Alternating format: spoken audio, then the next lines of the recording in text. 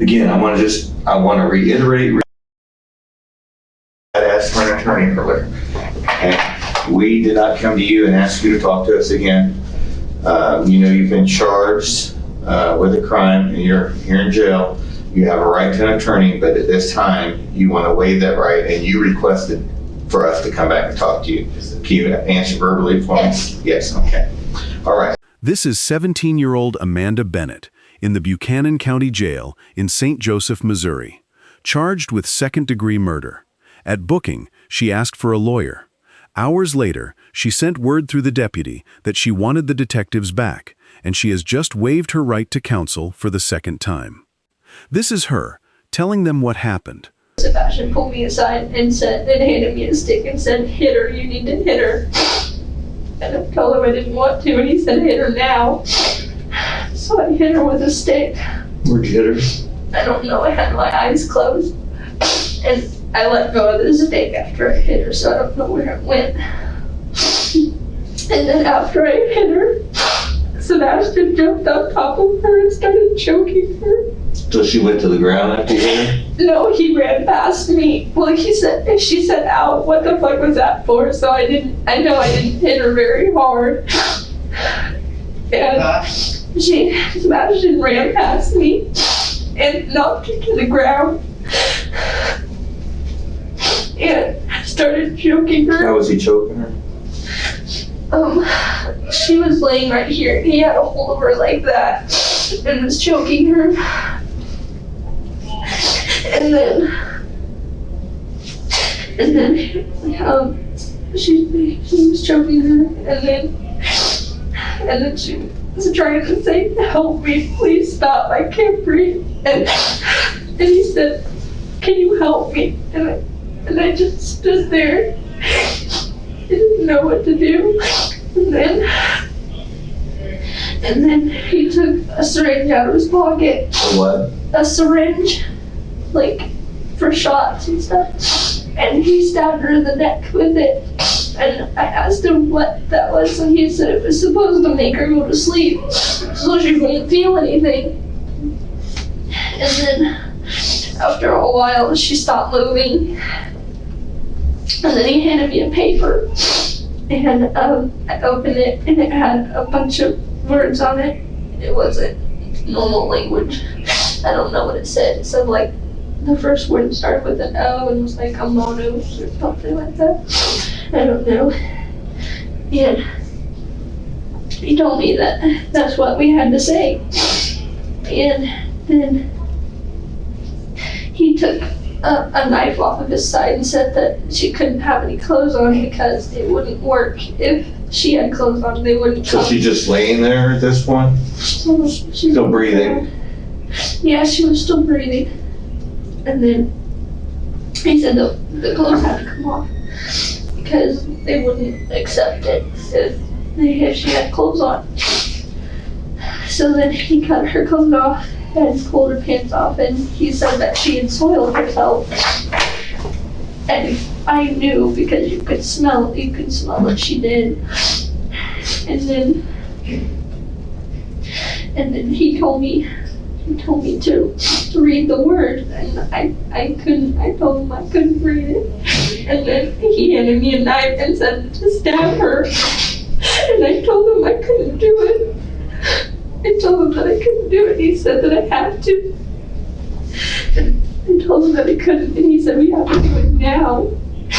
Because we can't go back now, because if we do, then we're going to jail. And then I told him I couldn't do it, so he took it back and he stabbed her in the chest. He stabbed her like right here. And then I covered my eyes and ears and I turned around. 2 rooms down the hall, her boyfriend is talking to detectives too. Anybody else would have answered the text. Then I would have hung out with them. Would they have been the victim? She wasn't gonna be a victim anyway. That's not what Sebastian is saying. Sebastian said on the way to pick her up, you told him that she was going to be the sacrifice. He said it was your sacrifice. he was more than willing to go along with it, but it was your sacrifice. And this alibi. She doesn't know that yet. Before we go anywhere near a police interview room, we need to talk about the person this happened to. Her name was Kaytlin Root. She was 17 years old. She lived on the south end of St. Joseph, Missouri, with her grandparents. She went to Central High School. In the last messages she ever sent, she was making plans for a Saturday night. Nothing unusual, just a few teenagers hanging out after work. She had friends who came out of the woodwork after her death, more than she seems to have realized. She had grandparents who looked after her. She had a Halloween costume she never got to wear. She was 17 years old, and she was making Saturday night plans, and that is who Kaytlin Root was.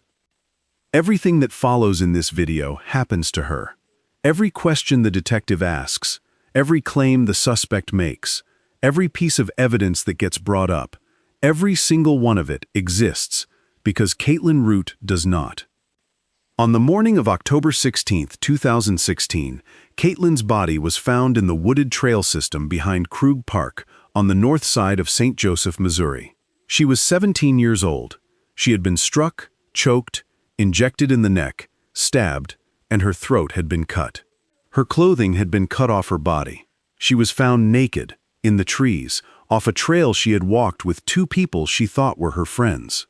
The two people she went into the park with were Amanda Bennett, also 17, and Amanda's boyfriend Sebastian 18.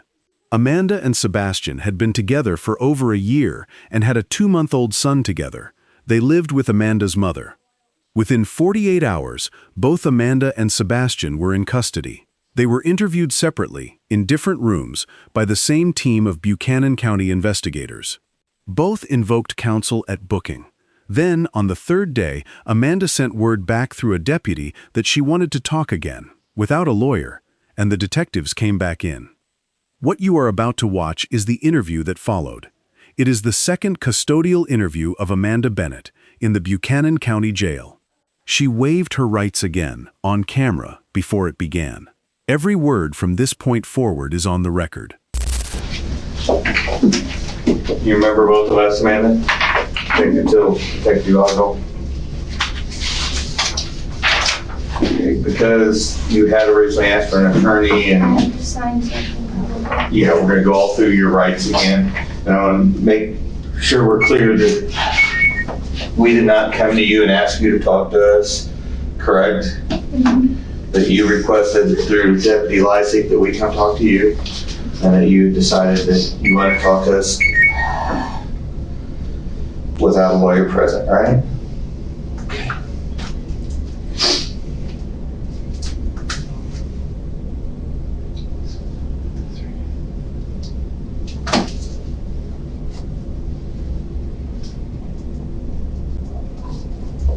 Date, Greg, 24th?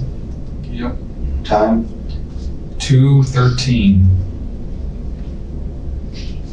Oh, there you go, you're 17, right? School finished was what grade? Sophomore.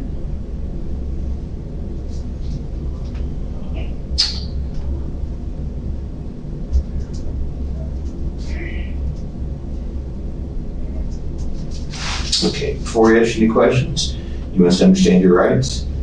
You have the right to remain silent. Anything you say can be used against you in court. You have the right to talk to a lawyer for advice before we ask you any questions if you wish. If you cannot afford a lawyer, one will be appointed for you before any questioning if you wish. If you decide to answer questions now without a lawyer present, you will still have the right to stop answering at any time. You also have the right to stop answering at any time until you talk to a lawyer. You understand all those rights? Okay, this says, I read the statement of my rights. I'm marking it down here. I'm reading it aloud to you. I understand what my rights are. Keeping these rights in mind, I'm willing to make a statement and answer questions. I understand and know what I'm doing. No promises or threats have been made to me, and no pressure or coercion of any kind is being used against me. Coercion, again, I talked to you about that the other night. It's just a word for an outside force, like we're not letting you see your mom or your boyfriend or your child, or we're not going to feed you. Using an outside force to make you talk to us. We haven't done that, right? Is that a no? That's a no. No. Okay, I'm 17 years of age. I attend school through the 10th grade. I'm employed by Pete's Head on North Belt and understand the English language. Just need you to sign, date, and time.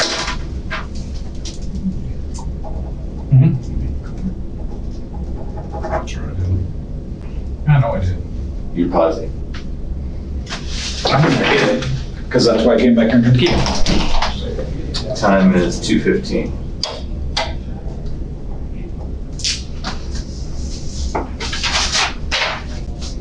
Okay. Again, I want to reiterate, because you had asked for an attorney earlier. And we did not come to you and ask you to talk to us again. You've been charged with a crime and you're here in jail. You have a right to an attorney, but at this time, you want to waive that right, and you requested for us to come back and talk to you. Can you answer verbally for me? Yes, okay. All right, here I am. Okay, just don't second. What do you want to talk to me about? Thank you. Yeah. Okay. Let me get some clean paper out of here. And I am all ears. Tell me what happened. You're gonna have to speak. The detective has not asked for a chronology. He has asked one open question. What does she want to talk about? And the answer runs for the next 8 minutes. What she picks to start with, and what she leaves out, is the tell. And I was just messaging people to see if anyone wanted to hang out, because I never do, and I'm always at work or at home. Just, you guys know, you might not believe me, but I told you. And I started, I messaged a girl named Haley Mooney, another girl named Haley, and a girl named Allie, and I was like, hi, how are you guys? Allie. I don't know, I went to school with Allie in like middle school, and second Haley went to school at Central, and I saw her in the hallway a few times. So are you the same age as all these girls? Yeah, they're in my grade. Okay. And I messaged all of them, and I messaged Kaytlin. And I asked them, like, hi, what are you guys doing, what's up? And Haley Mooney replied to me, and I was like, what are you doing tonight? She's like, hanging with people. And I asked her, like, who? She's like, doesn't matter. And I said, well, no, not really. She's like, why'd you talk to me? And I was like, well, I wanted to hang out. And she just replied, LOL, and told me to stop talking to her. And I said, okay. I don't know why, but that's how she responded. Had you had a bad relationship with her or something in the past? Well, I don't really talk to anybody, but I didn't think she didn't like me, but Right. I never talked to her before, at least. So then she didn't want to hang out with me, and then Haley and Allie didn't reply until like the next day and talked to me. And then Kaytlin talked to me. She just like talked, said hi, how are you? And I was like, I'm at work, bored. And I was like, you have anything to do? And she's like, no, not really, I'm just sitting here. And I said, what did I say? I was like, oh, you want to hang out or something? She said, yeah, that'd be cool. And then, what did I say? I was like, do you smoke? Because I know she hangs around that crowd that does. She hangs out with. Smoke weed, you mean? Yeah. I'm allergic to cigarettes, so that's never what I mean. But she was like, I know she hangs out with people like Adam Brown and Skylar Busby and stuff like that, and that's all that they do. Right. So I kind of figured she did. And usually when kids our age hang out, that's pretty much all they do, is they just go to a place, do that, and have fun, do weird stuff, I guess. And she was like, yeah. I was like, okay, well, you want to go do that later or something? She's like, yeah, about what time? I was like, I don't know, I'm still at work. And then she said, I freaking hate it. And then she said, yeah. And then I was like, okay. I asked her, I said, how are you? And she, because I haven't really talked to her before. She came out to the hospital and stuff like that. And that was like the only time I've ever talked to her. I mean, she messaged me before that and asked if she could come see him. I was like, yeah, sure, why not? And then she said she was 17, and I said, I told her that, okay, because I thought she was a senior, so I thought she was 18, so she could buy papers, because I was only 16, so I couldn't go in and buy papers for it. So I said, that's why I asked her, and she's like, oh, okay, no problem. And then I said, so who do you live with and stuff? Like, are they okay with you leaving? Do you need to, like, you need me to wait for a certain time to come get you? Like, because some people have to sneak out of their house to go do stuff. And I was like, dude, she's like, no, I live with my grandma, she's okay, I can just leave whenever you want. I was like, okay. And I was like, do you want to go to Hyde Park? Because she goes to Central, so I thought she lived kind of towards the south end. Because I lived down the street from Hyde Park, so I figured we could just walk there or something like that. And then she said no, that she lived by Masani. And I said, oh, okay, well, I thought you live somewhere around there. And then she said,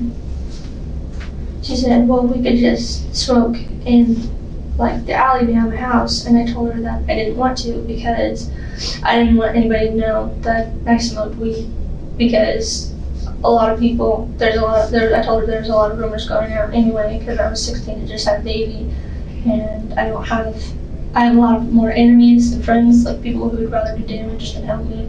So there's already rumors going around that I leave my child and go do random stuff, when this is the first time I've ever left my house since he was born. And I told her that. She said, yeah, no problem. And I was like, yeah, you can just tell someone that you're going with like Jade or whoever, because I think Jade was one of her friends. I used to talk to her at school. She's like, I thought she was younger than me, but I guess she was older than me. And then, what else did I say?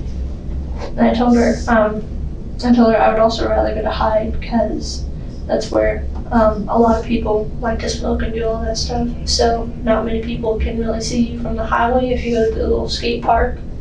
And I told her that it's fun to play on the playground while you're high and stuff like that. She's like, yeah, that's fun. And then she said that was okay. So then we started to leave Pizza Hut, and then on the way home, I asked my mom if me and Sebastian could go out that night. And she said, where would you guys go? And I told her that we would go to the movies, because I know that she doesn't condone smoking, because our parents would be like, yeah, go, here's some money, you go buy weed or whatever. And I get in serious trouble. I told her, she's like, I don't know what movies are on this late. So I looked, and the latest one was Girl on the Train, I think, and it was a scary movie. So I was like, we could go to that. And then I asked her if she would like want to go see a movie or something afterward, and she's like, yeah. And I was like, well, I don't have enough money for your ticket. Do you have any money? And she's like, no, I don't have enough money for that. And I was like, okay, then we can just stay at the park or whatever. So then we went home, and I told Sebastian that we were gonna go to the park, and he was like, okay. And then he had a pipe, so we didn't have to go buy papers after all. And we changed our clothes, and I told my mom we were leaving, so I gave her styler and like formula, and I told her where everything was at. And then Amanda has just described a normal Saturday. The messages, the ride, the plan. Now watch how much time and detail she spends on where they went before the park. Watch how many minor characters she inventories. Darian, the two guys on the skate ramp, the girl in the red truck. She is establishing a lot of alibis for a girl who says nothing happened. And then she told me, and I was like, well, can you just walk up to like the corner of the street, so I didn't have to look for your house. And she was there, so then we picked her up. She told me that I passed her house, but I never passed her house because I went the opposite direction on when you come up to what street did she say? It's like 15th or something like that, Mercedes and 15th. I went the opposite way, so she must have thought we were somebody else.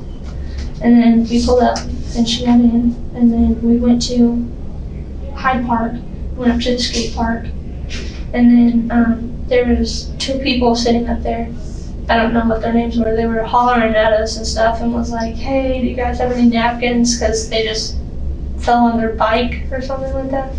And one of them was bleeding, and we were like, "No, we don't have anything." They were like, "Well, do you have any like Tylenol or oxycodones or something like that?" And I was like, "No, I don't even know what that is." And I probably said it wrong. You probably know what it's called, but I don't. Like codeine is codone something. That's right, go ahead. One of those. And then, so I was looking through the car for those, and we didn't have any. For napkins. Yeah. I wasn't looking for drugs. No, you're looking for napkins. And then we got to the top of the little skate ramp thing, because that's where we were gonna go the whole time. So we went up there, and we just started smoking, and then a car pulled up with a bunch of people in it, and they were like, "Oh, there's our friends," and I was like, "Okay, whatever." And then this girl got out of the car, and none of us like her. Her name's Darian, and Darian is Sebastian's first baby mama, so that's why I don't like her. And Sebastian doesn't like her because she's mean. And I don't know why Kaytlin didn't like her, because I was like, "Oh, there's that one girl." She's like, "Who?" And I said, "Darian." She's like, "Oh, I hate that girl," and stuff like that. So I was like, "Okay, well, we'll just walk through the park or something like that." So then I locked the car because I don't trust them. So I locked the car, and then we went and we walked to the, her name's Darian Lopez, if you need that. And then we walked to the, the little rock cave thing where a lot of people take pictures there. We walked in there, and then we sat down on the rocks, and they kept complaining because their rocks were wet because it was raining before. Who was complaining? Sebastian and Kaytlin. She was complaining because her rock was wet. And I was like, "I don't know what you guys were talking about," because mine was dry and I didn't even pay attention. And they kept getting wet. So after a while, we just started talking. I don't remember what, but we were just talking about random stuff. And then they said that they were tired of sitting in the water. So I said, "Okay, well, we can go back and sit in the car." So then we went to the car, and they were all still there. So she said she didn't want to be in there anymore. So we went, we just left and started driving down the street. And then I can't really concentrate when I'm high, so I told him I didn't want to drive very far because that would probably cause a wreck or something, because I can't tell speed or time, so I don't know how fast I'm going. So I stopped at a gas station, the one by Darcy's, the one that you said, Alabama? the Volco or whatever you guys call it. Yeah, which one? We stopped there, and then I told Sebastian to go and get us some Doritos, and we had a cup of water that we were drinking out of, and I told him to go get some Doritos or something, because I asked her if she liked Doritos, so I think she said yeah, and I was like, "Well, I like Doritos too, so we can get some Doritos." And then he went inside, and then we were talking about the lights on the sign, like it's either the lottery sign or the open sign or something like that. So then I asked her if she had a phone on her, and she said she did. I asked if I could see it, and she handed it to me, and then I took a picture of the sign, of the lit up sign, the red sign. And then I was like, I told her, I said, there you go, now you have a memory.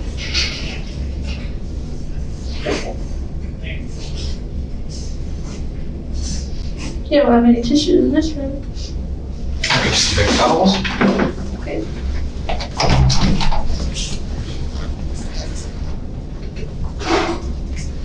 But I told her that now she had a memory to keep of the night we were hanging out. And then,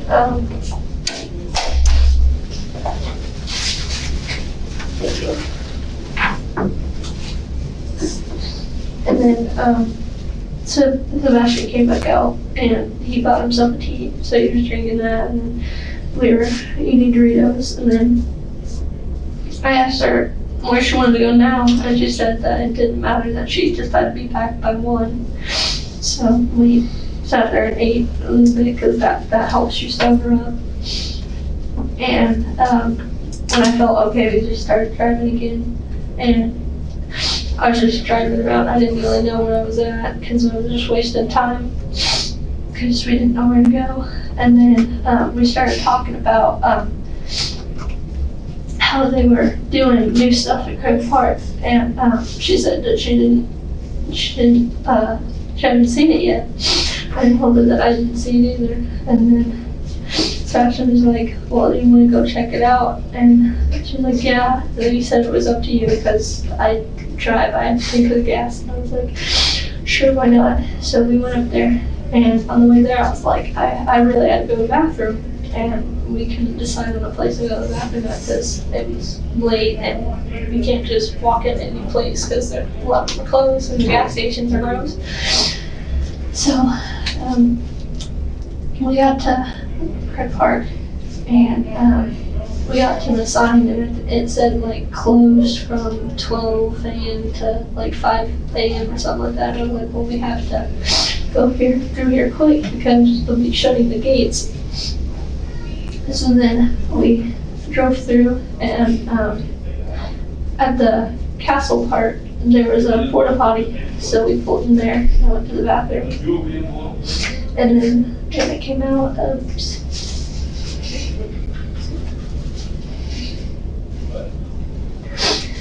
Sebastian was sitting on the curb.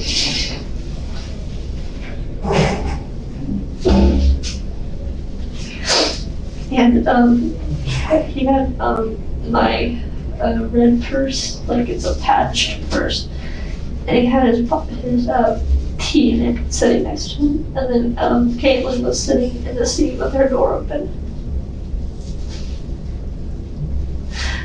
And I asked her what she wanted to do, and she said she didn't know. So I said, well, we could stop here for a minute and like just hang out up there somewhere.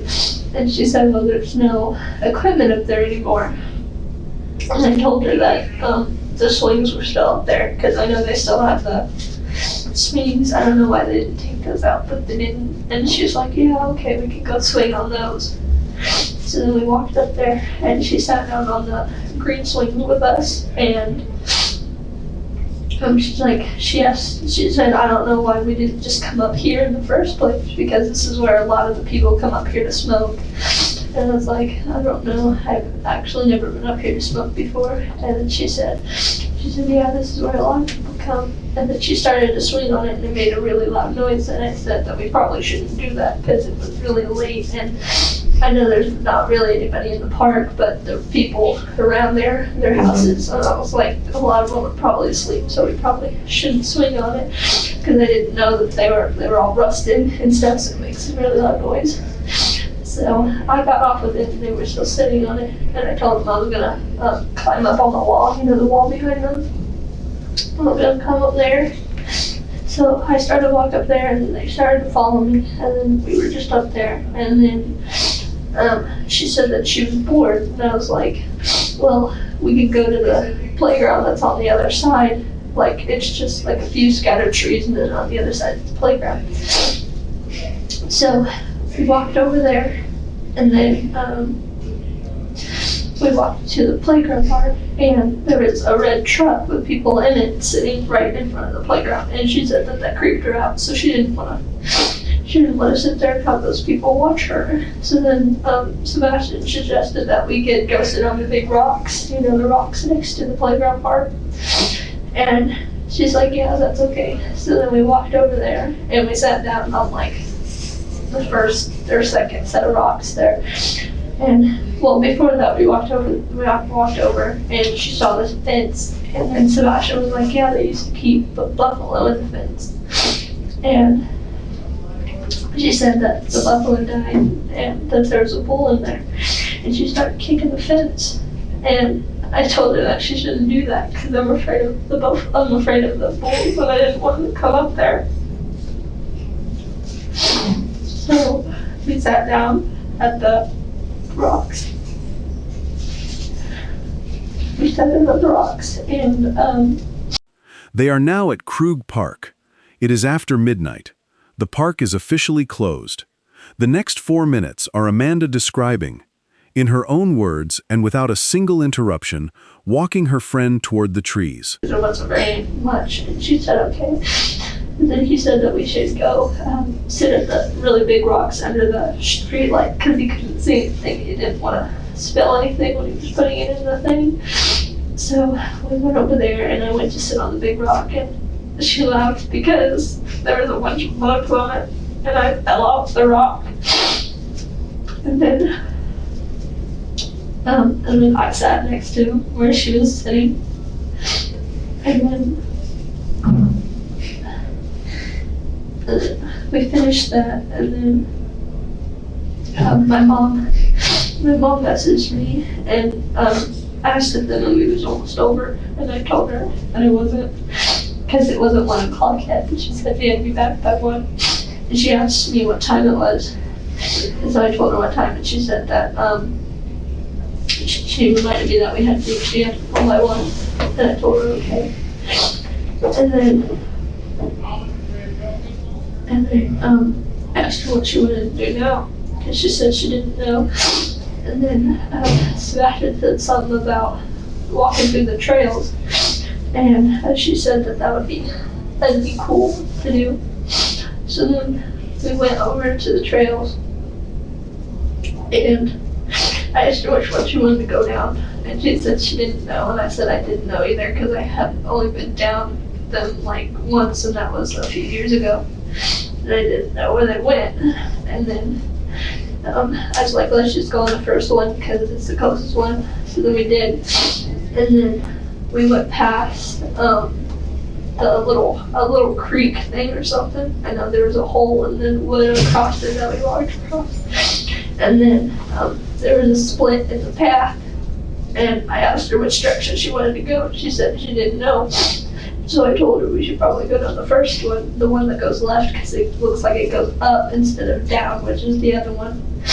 And then we just started walking through them, and we took turns who led, like first Sebastian did, and walked through the spider webs, and then I did, and then she did. And then she said she didn't want to lead anymore because she didn't want to just lost. So I started leading, and then we went up a big hill. And then we stopped at the top because we ran out of water, so we were all thirsty and just sitting there.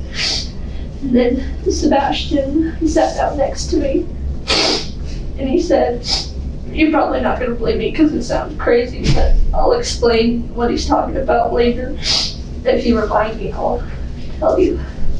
But he said that they wanted her for a sacrifice. They wanted her specifically, and that she fit the criteria, and that they wanted her. And I told him that we were having fun with her, and that she was becoming my friend, and that I didn't want it to be her. And he said that it had to be her because they wanted her. So we kept walking, and we were just listening for the waterfall because the waterfall was around there somewhere, and I just wanted to listen to it. And then we kept walking, and the ledge started getting really small, so I told her that we should get a walking stick because they're helpful and cool, but so we started looking around, and we couldn't find any sticks that were not rotten and not a foot long because most of those trees were rotten. So we just kept walking, and then Sebastian pulled me aside and handed me a stick and said, "Hit her, you need to hit her." And I told him I didn't want to, and he said, "Hit her now." So I hit her with a stick. Where'd you hit her? I don't know, I had my eyes closed, and I let go of the stick after I hit her, so I don't know where it went. And then after I hit her, Sebastian jumped on top of her and started choking her. So she went to the ground after you hit her? No, he ran past me. Well, she said, ow, what the fuck was that for? So I know I didn't hit her very hard. And Sebastian ran past me and knocked her to the ground and started choking her. How was he choking her? She was laying right here. He had a hold of her like that and was choking her. And then she was choking her, and then she was trying to say, "Help me, please stop, I can't breathe." And he said, "Can you help me?" And I just stood there. I didn't know what to do. And then he took a syringe out of his pocket. For what? A syringe, like for shots and stuff. And he stabbed her in the neck with it. And I asked him what that was, and he said it was supposed to make her go to sleep, so she wouldn't feel anything. And then after a while, she stopped moving. And then he handed me a paper, and I opened it, and it had a bunch of words on it. It wasn't normal language. I don't know what it said. It said like the first word started with an O and was like a mono or something like that. I don't know. And he told me that that's what we had to say. And then he took a knife off of his side and said that she couldn't have any clothes on because it wouldn't work. If she had clothes on, they wouldn't So come. she's just laying there at this point? Still breathing? Yeah, she was still breathing. And then he said the clothes had to come off because they wouldn't accept it if she had clothes on. So then he cut her clothes off and pulled her pants off, and he said that she had soiled herself. And I knew because you could smell what she did. And then he told me to read the word, and I couldn't. I told him I couldn't read it. And then he handed me a knife and said to stab her. And I told him I couldn't do it. I told him that I couldn't do it. He said that I had to. And I told him that I couldn't, and he said we have to do it now. Because we can't go back now, because if we do, then we're going to jail. And then I told him I couldn't do it, so he took it back and he stabbed her in the chest. He stabbed her like right here. And then I covered my eyes and ears and I turned around. And I don't know what he did after that, but when I turned back around, she was standing up. I knew he had stabbed her though, but she was standing up and starting to get up and walk away. And he looked surprised, so I don't think it was supposed to happen. And then he like knocked her back down and jumped on top of her, like on top of her with his legs, and like he was choking her again. And then I turned around and had my eyes and ears covered again because I didn't want to know what was happening next. And I don't know what happened next, but he said loud enough that she was a fighter, so I don't think it was going how he wanted it to. He said that she was fighting, and then after a while he said that she didn't have a pulse anymore. So then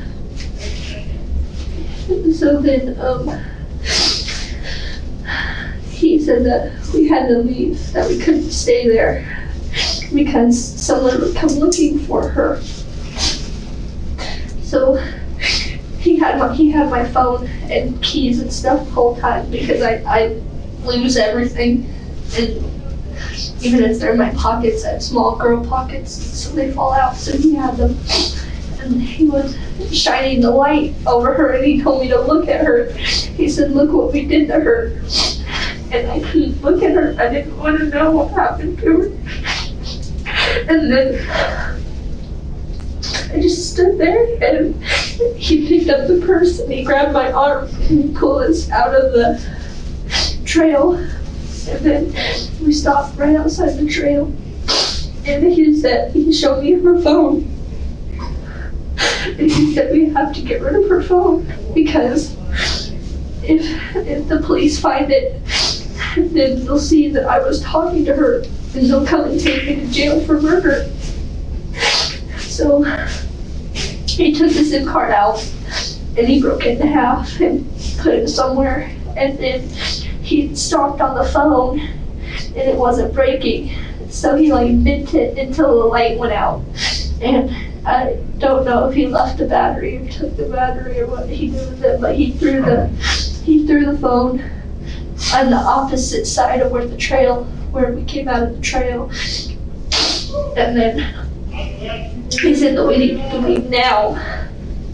So then we walked up the trail and he took his tea out of the purse and he drank the tea, and then he said that we needed to get back to the car so that way we could leave. And I told her I didn't want to go back the way where the playground was, where we were gonna hang out. So then he said that we could take another way. And I don't know where we went. We went the opposite direction of where the park was, but we ended up by the pathways by the gazebo.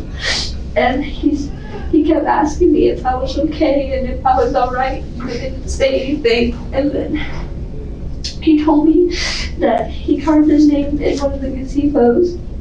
And then he told me that it had to be tonight because tonight was a full moon. It was called a hunter's moon. It was where, he said it was where, otherworldly creatures were the closest to Earth as they are. The next block is the moment the interview exists for. The detective already knows a person died. Amanda knows he knows. Watch how she narrates the killing itself, what she says, what she omits, what she keeps her eyes closed for. And then I went home and I said, we have to tell them what happened. We can't just not say anything. And he said that if we tell them what happened, that I was there, even if I didn't kill her, I was there, and we would both go to jail, and then we would never see Tyler again. And he would be taken from us and raised by someone else. And then he told me to look at him, and he told me that if we were caught, to tell the police that we were at the movies, and that afterwards we went to his dad's house because he said he was gonna talk to his dad and have his dad say that we were there. And then he said that if I didn't think I could do it, to change the subject so I wouldn't be stuck on it and I wouldn't break. He said that no matter what, he would make sure that it was okay, that we would be fine. And then, I don't know what happened after that. I don't think anything else happened after that. He told me that after he took a shower, he told me that the reason why they didn't take the body is because I was there, and then they were angry. That they were angry with him because there wasn't supposed to be anybody else with him. Okay, and then he doesn't worship demons, but he says that he talks to them all the time, and that they come into the world and they give you different things, like kind of trade things. Like one thing he has that he told me he has is that each demon has a different section in hell or something like that. At the torture section is what he said. And the demon that he traded with what's called alibi or something like that. And he traded a soul for taking his spot in hell. So whenever Sebastian died or whatever, he wouldn't have to go through like judgment or whatever. He would just be taken to hell and he wouldn't be punished. He would just be given that place, and then he would torture people for eternity. And he said that he has to sacrifice people each year, or else they would come after him and just take him to hell and he wouldn't get anything. And he said that part of his deals was that they would take the body with them whenever they came to collect the soul, that they would take the body, and that's why he said that. That's what he told me, that when, like, I told them that we should move her, she's like, they'll come and take her. It's part of the thing. The killing is over. From here, Amanda moves into the 12 minutes that follow. The drive, the food, the news check, the storage of a vial of blood next to a 2-month-old's crib. She narrates it with the same tone she used for the drive to the park. Me about satanic rituals, and the stuff that was written in the books is the stuff that he told me. So he told me that happens and stuff like that. Like, that was handwritten stuff? Yeah, in the black book. Who wrote it? I wrote what he told me. Because that one was my book. And he said that it couldn't be mixed. Like, it couldn't be written in different people's handwriting. So he told me like the stuff that they do and written it down. But we wrote that book like 2 months ago. And I didn't believe him that it was real. So I don't know if you found the other book, but it was a green book and it had like trials in it. Did you guys find that book? I don't know what all they found at the scene. I mean, at your house, whatever. But it had trials written down in it, and I told him that I didn't believe that what he was talking about was real. So he told me that I had to like ask them, like talk to them and like just see if they would talk back to me. So what he did was he went downstairs and put salt on the table and lit a candle, and he told me to sit there and to just sit there and try to talk to them. And nothing ever happened, but he told me I couldn't read the book because it would change the outcome of things and it could make them angry. But I read the book anyway, and all it says is something about I can control fire or something like that. Because he told me that whenever I yelled at him for him lying to me about that stuff, because it never worked. When he tried to get me to do stuff, it never worked. So I would yell at him, and he told me that every time I got mad, that the flame would get bigger on the candle. And he told me that that was them doing that.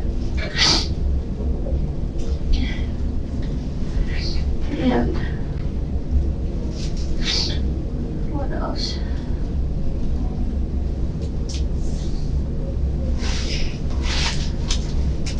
Is there anything you want to know? I mean, I got a lot of questions. So, had you guys talked about sacrificing a person? he told me that another deal that he made was, he believes in reincarnation, and he told me that he was born in the 1200s, and that when he was born, that like a demon came and found him because he told me he was poor and all of his family and stuff died of a plague or something like that. And if he gives him souls, that he would like make him reincarnate, and each time he died he would come back. And he told me that he did that, and then whenever he did that, he got caught by someone. He was killing someone in the woods, and he said that he got like clumsy with it or something, and he just was doing it for fun, and then he got caught.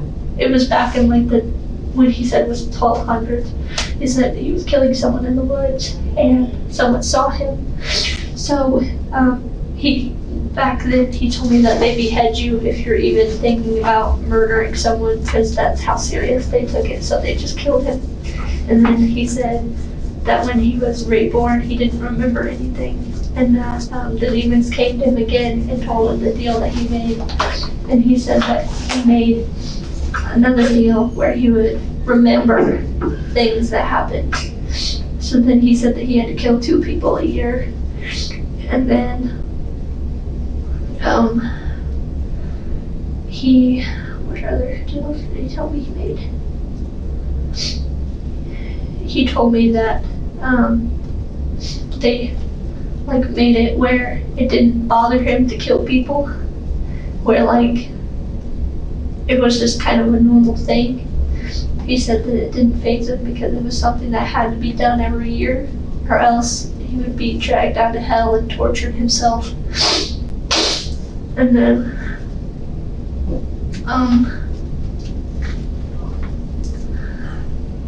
what was the main question? I know. Just if you talked about planning the sacrifices. Okay, and then he told me that if I wanted something like that, that I would have to make a deal myself, and that he couldn't do it for me. And he told me that stuff, like, you had to do it yourself. And then in the book he told me some of this, like in the black book that he told me some of the stuff that he traded for and what he traded it for, and that's what's written there.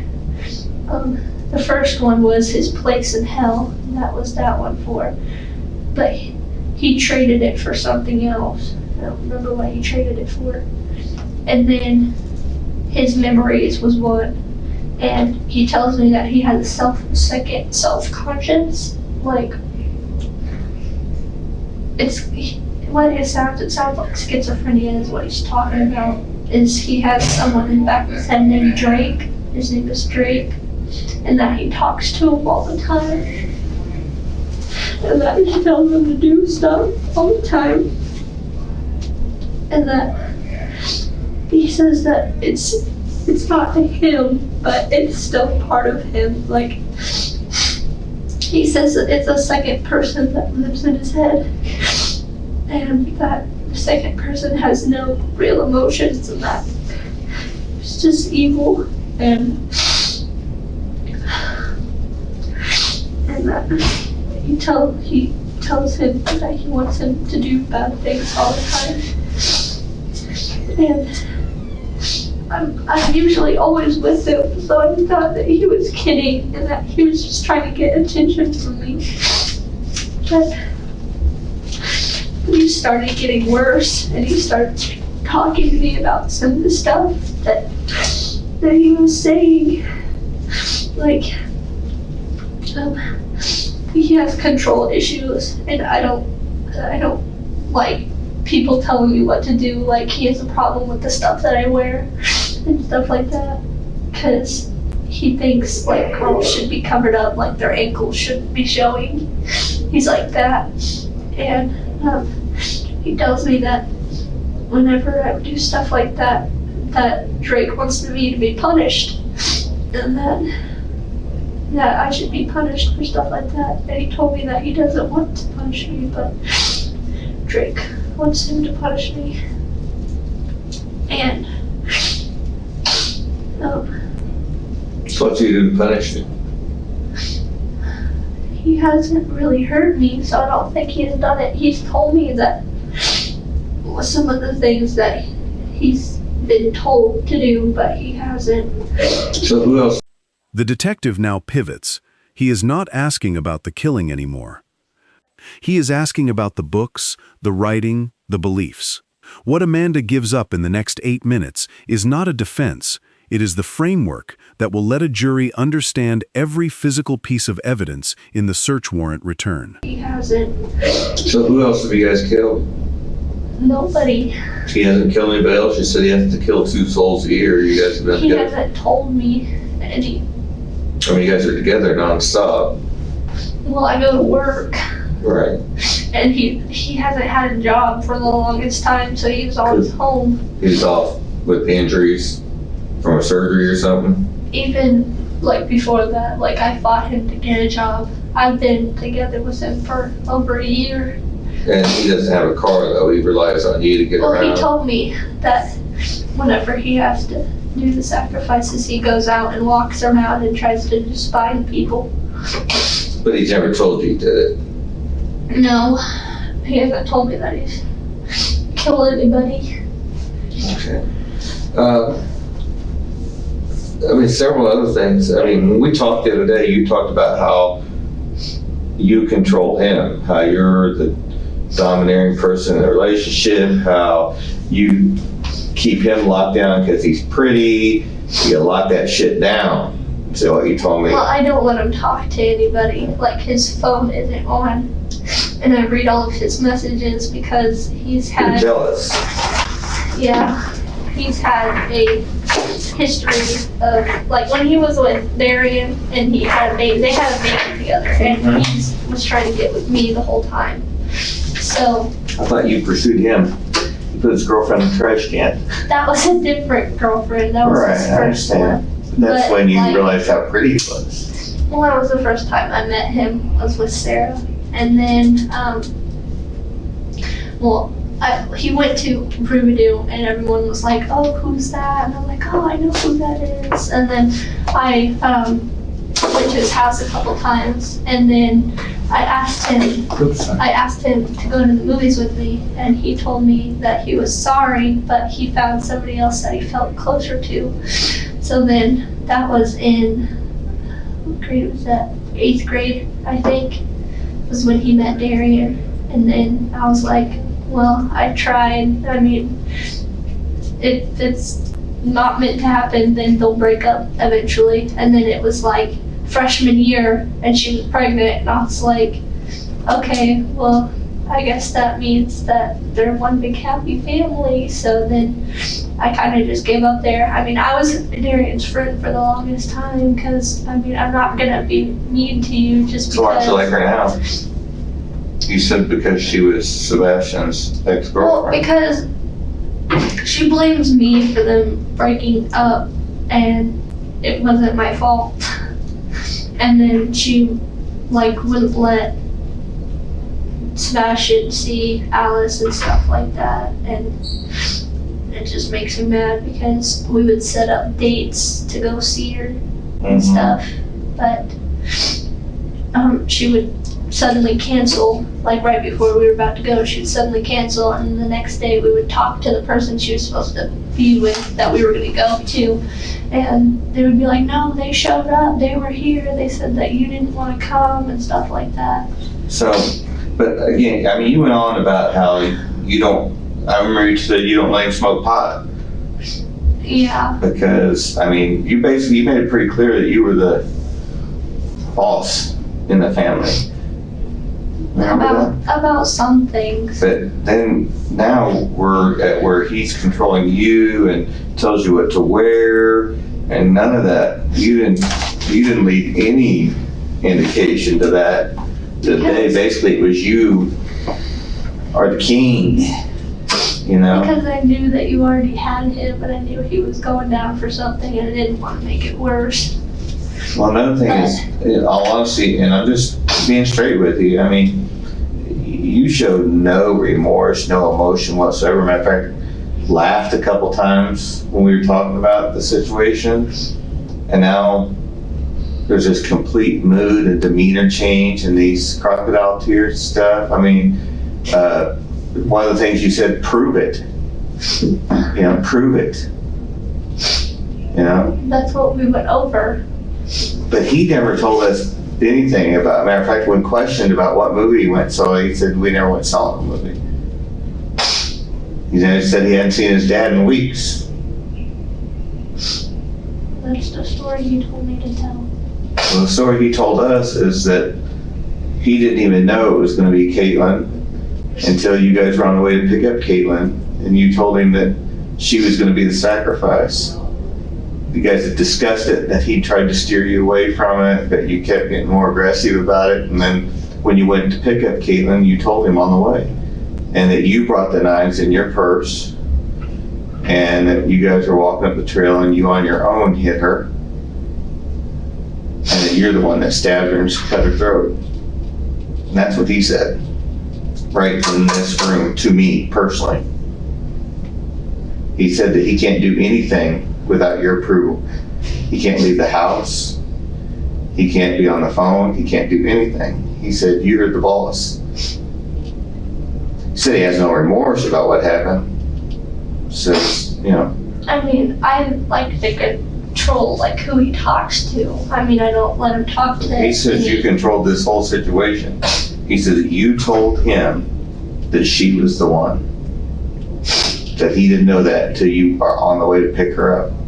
That you lured Kaytlin in by the phone messages, told her not to tell anybody who they were going with, or who she was going with, and to come meet him down the street so you didn't have to go to the house and nobody would see you guys. No, we were going to hang out. That's not what I mean, I'm honest engine. I mean, I've got the video to prove it. That's what he said. And I mean, the other day you were just as cold and soulless as you could possibly be. I mean, we tried to get a reaction. Detective Ogle tried a lot harder than I would have to try to get you to react to the fact that you guys killed this girl, and you were just... No worries. Yeah, no worries. Just didn't even care. And he also said that you wanted to go to the visitation, to the thing at the park, and to the funeral, and you even wanted to buy a shirt to remember what you'd done, kind of as a token. You know, you thought it would be cool to be there at the funeral of this girl that you killed. I mean, he's not denying his part in it. He's just saying that, you know, he said that he'd introduce you to the satanic stuff, but you were getting into it, and that you guys had worked on trying to control a candle with your mind and all this stuff. So, I mean, with your demeanor the other day, I have a hard time believing that all of a sudden now, complete opposite. And I said, when you say it's his alibi, and he was completely blown away by this alibi that I had talked to him about. I'm like, so what movie did you guys go see? We didn't go see a movie. And before he told us everything, you know, I mean, I was going through timeline just like I did with you. Remember that? You know, matter of fact, I've got notes on his right here, you know. Said, didn't do anything. Said Friday and Saturday. At first, he said, we just sat there. We're off all day. Friday and Saturday. No, I had to work. Huh? I had to work Friday and Saturday.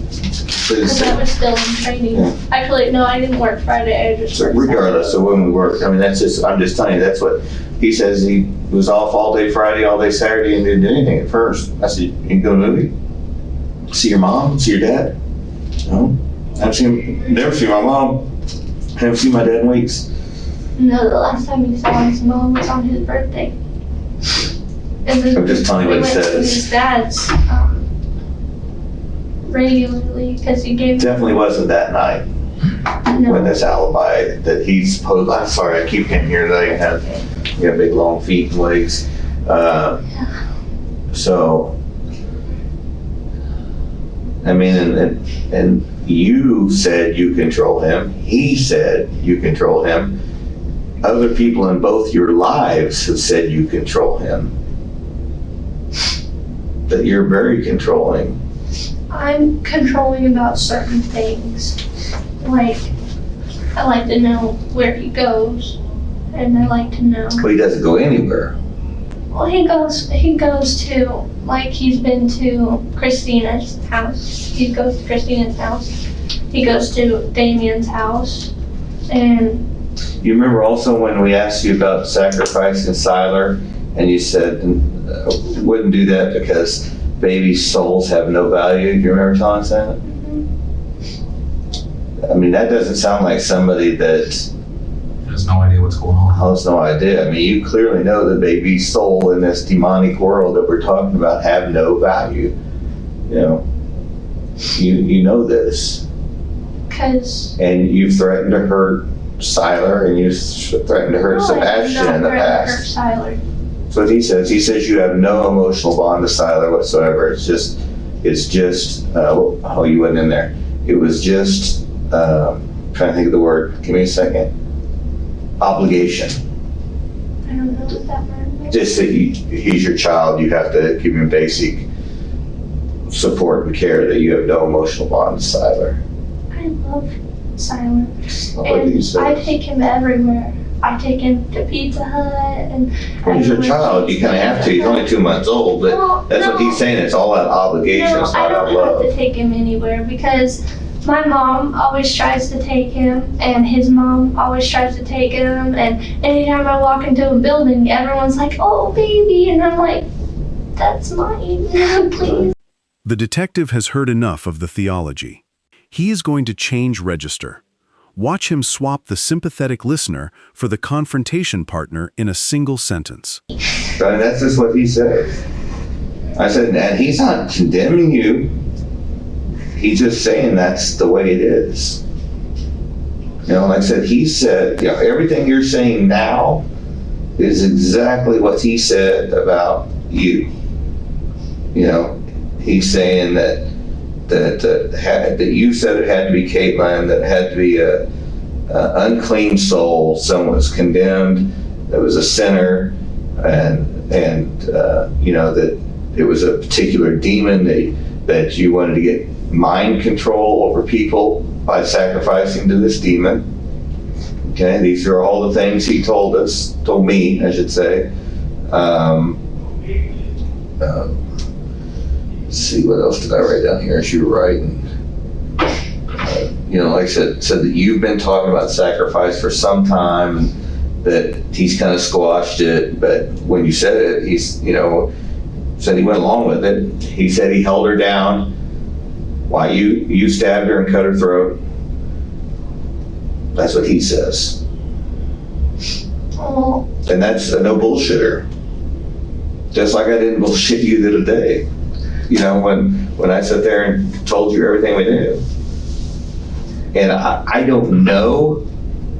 I'm really interested to go back to talk to the phone guy about these messages to this Allie and Haley, because they did not mention those, but that doesn't mean they don't have them. It just means that they weren't the victim, so maybe they didn't think anything of them. But you know, when our message, they've got all the messages with Kaytlin, and I don't remember that many messages of all the things you talked about today, just that basically, hey, you know, smoke some weed, don't tell anybody you're going with us, or something like that, you know, and meet us down the street, meet us down the corner so we don't have to come to the house.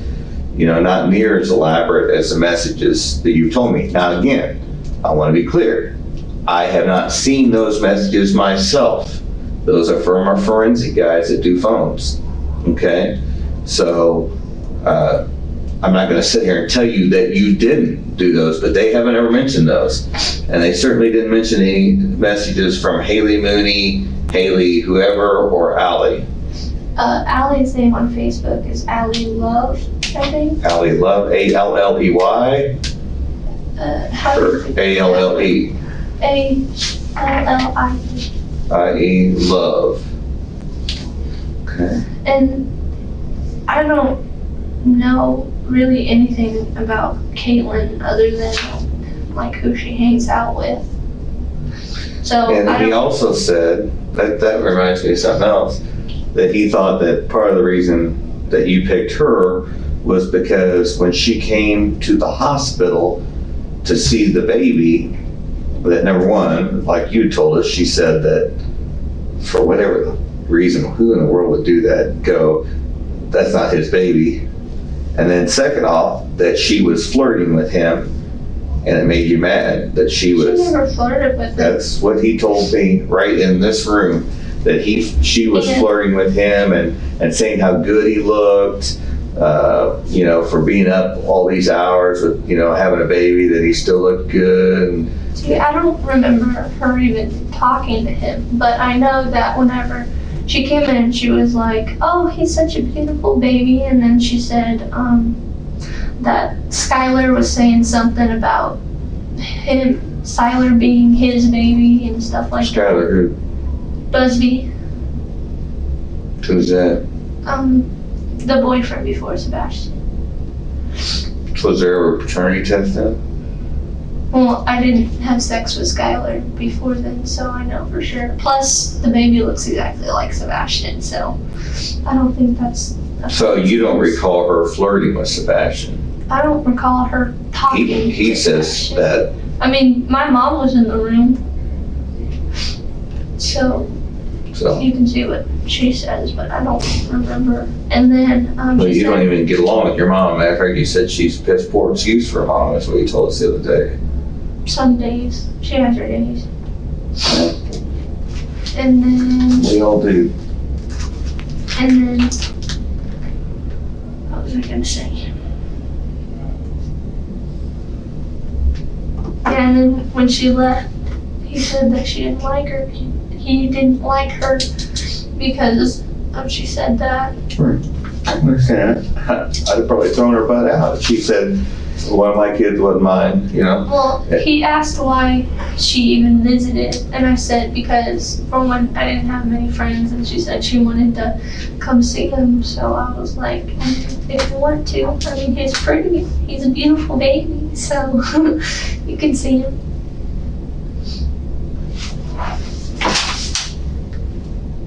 So, and again, the control issue, I mean, you can ask. I mean, my mom lives with us, so you can see what she says on that. I mean, I know I control where he goes most of the time, and I don't usually tell him where I go because he always wants to know, a ridiculous amount wants to know. there's a message you put, I'll cut someone if they try to take Sebastian. He works at McDonald's and told me that there was a new girl who kept hitting on him, and I brought Skylar to work to pick him up, and I was like, that's right, bitch, we have a baby. I mean, I'll cut someone if they try. That's... You're probably gonna take that really seriously, but Well, I mean, it's I know honey, you're it's... the police, and that's like that lightly, but it And wasn't then on your Facebook, under religious beliefs, you have all hail Lucifer. I changed that 2 days ago. But it was there. It's because When before I changed it, it was what did it say? It was God Almighty or something like that.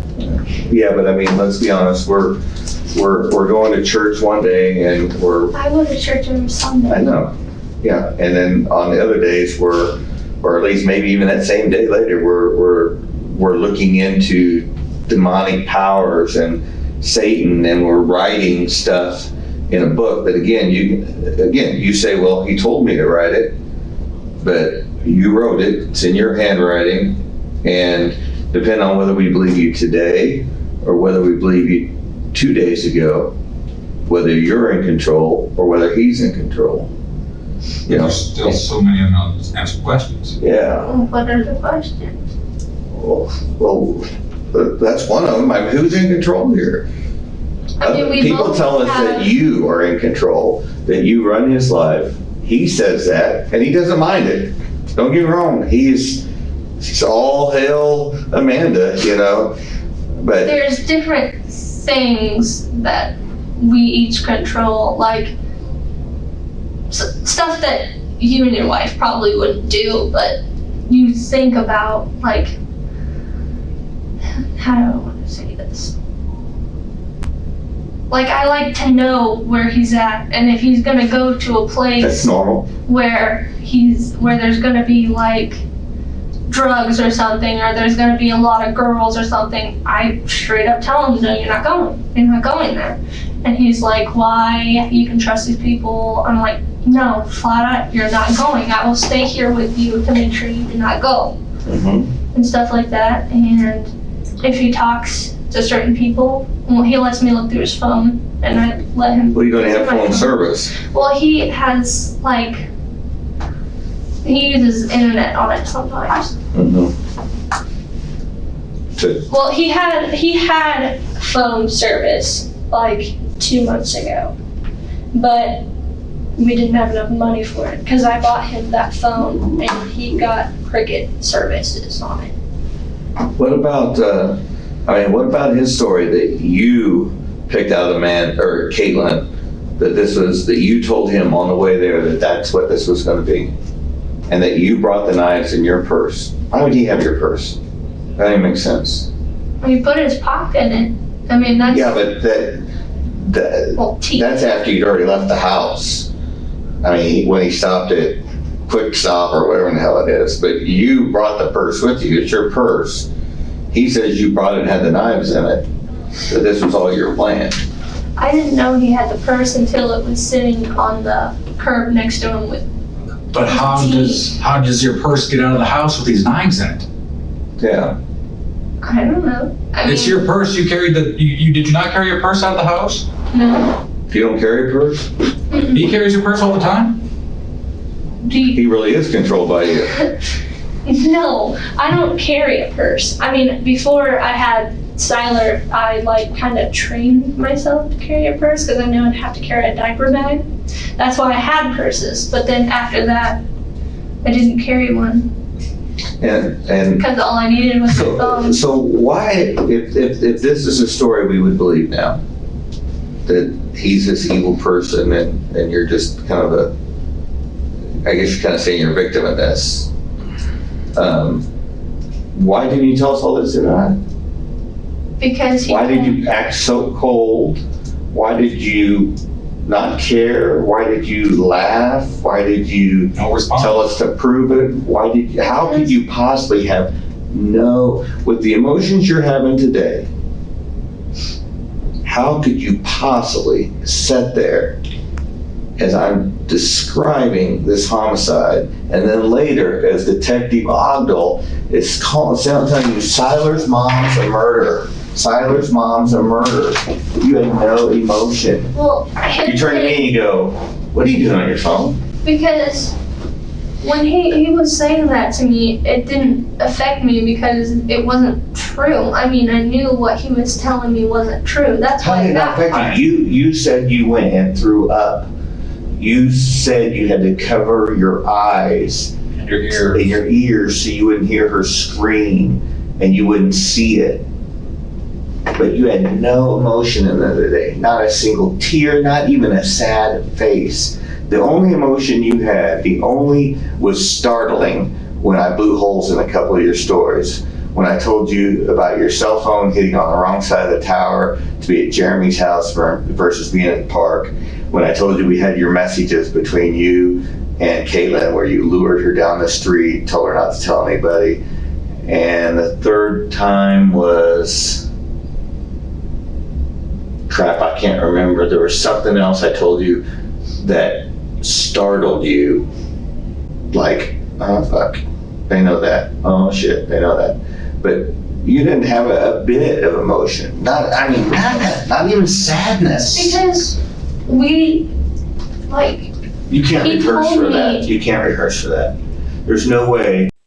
The next block is the piece the audience has been waiting for since Phase 4. The detective delivers, on record, the version Sebastian Dowell told this same team in this same room. Not summarized. Read out. Amanda hears her boyfriend's account for the first time, from a police officer, live, on camera. rehearse for that. There's no way, if you was traumatized by what you saw there or what happened there, like you say you are today, where you covered your eyes and ears. Oh God, I can't stand it. Oh, make it quit. But sit there with us, jovial, talking, and when we're in your face and we're giving it to you, we're telling you what you did, and you're just like, No, I didn't. whatever, wasn't me. I wasn't involved. Well, I knew what you guys were trying to do. You were trying to get me to say something. Yeah. And if it really upset you, what did you say? He told me not to. Why you didn't stay? Well, because Because you sat in jail for 48 hours now? Because you realize that you guys aren't going to get away with this? Because you realize you've been charged and you're going to go to prison? Is that why?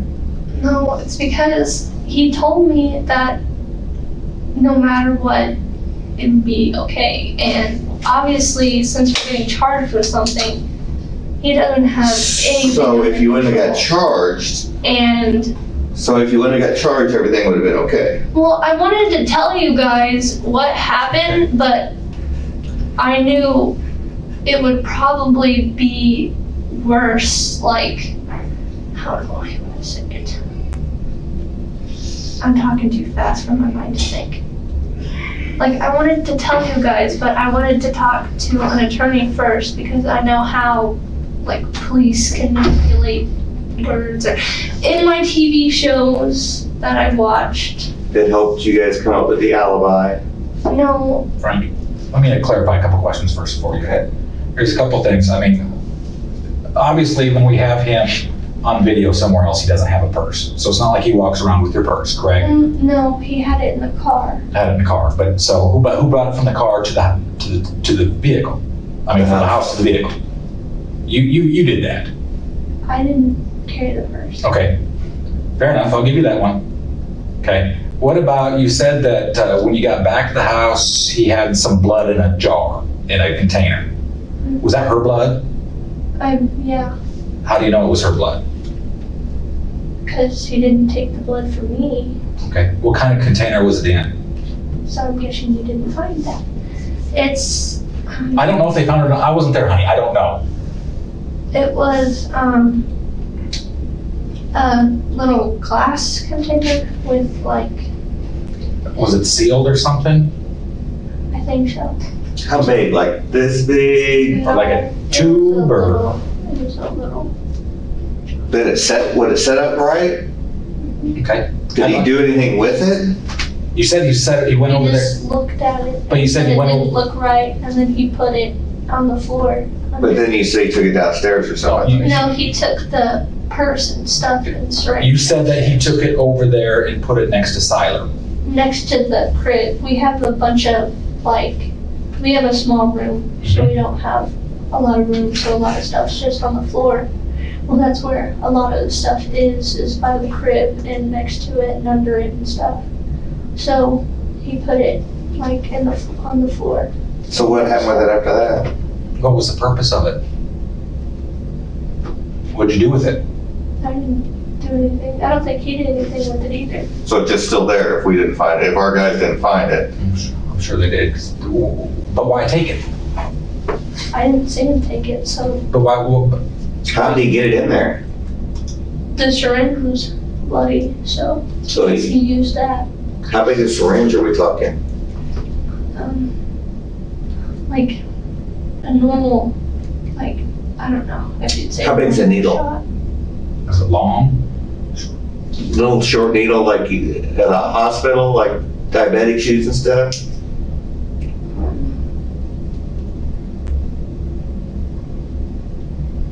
I think so. What was the mixture? What did he tell you was in? What did he tell you was in it? All I remember him saying was there was alcohol in it. Where did the needle come from? I don't know where he got it. Where'd the glass container come from? When I first met him, he bought from, I think, a garage sale, like 6 of them. What about the gloves you had on that night? What the? The purple rubber gloves you had on that night. What do you mean? The purple rubber gloves that you wore up there when you guys killed Kaytlin. I didn't have gloves on. Are you sure? Mm-hmm. Because they were in the trash that went out Friday. And they were able to recover the trash bag and identify it from things inside the trash bag. I mean, that was a really nasty job for them, the CSI guys. And they've sent it off for DNA. And he told me that day that you had on rubber gloves to keep from getting bloody. And that you threw them in the kitchen trash. I mean, I've given Sebastian tattoos with gloves. Yeah, but this has blood on it, would be Kaytlin's blood, we presume. Again, I haven't seen it, don't know how much blood, but he said they had blood on it. And he said you threw them in your kitchen trash and buried them in the kitchen trash. I didn't have any gloves on. You didn't have any gloves on, so did you have any blood on you? Mm-mm. Did he have any blood on his clothes? I don't think so. You washed them. Well, I didn't look at them. Did you wash yours? I put mine in the laundry.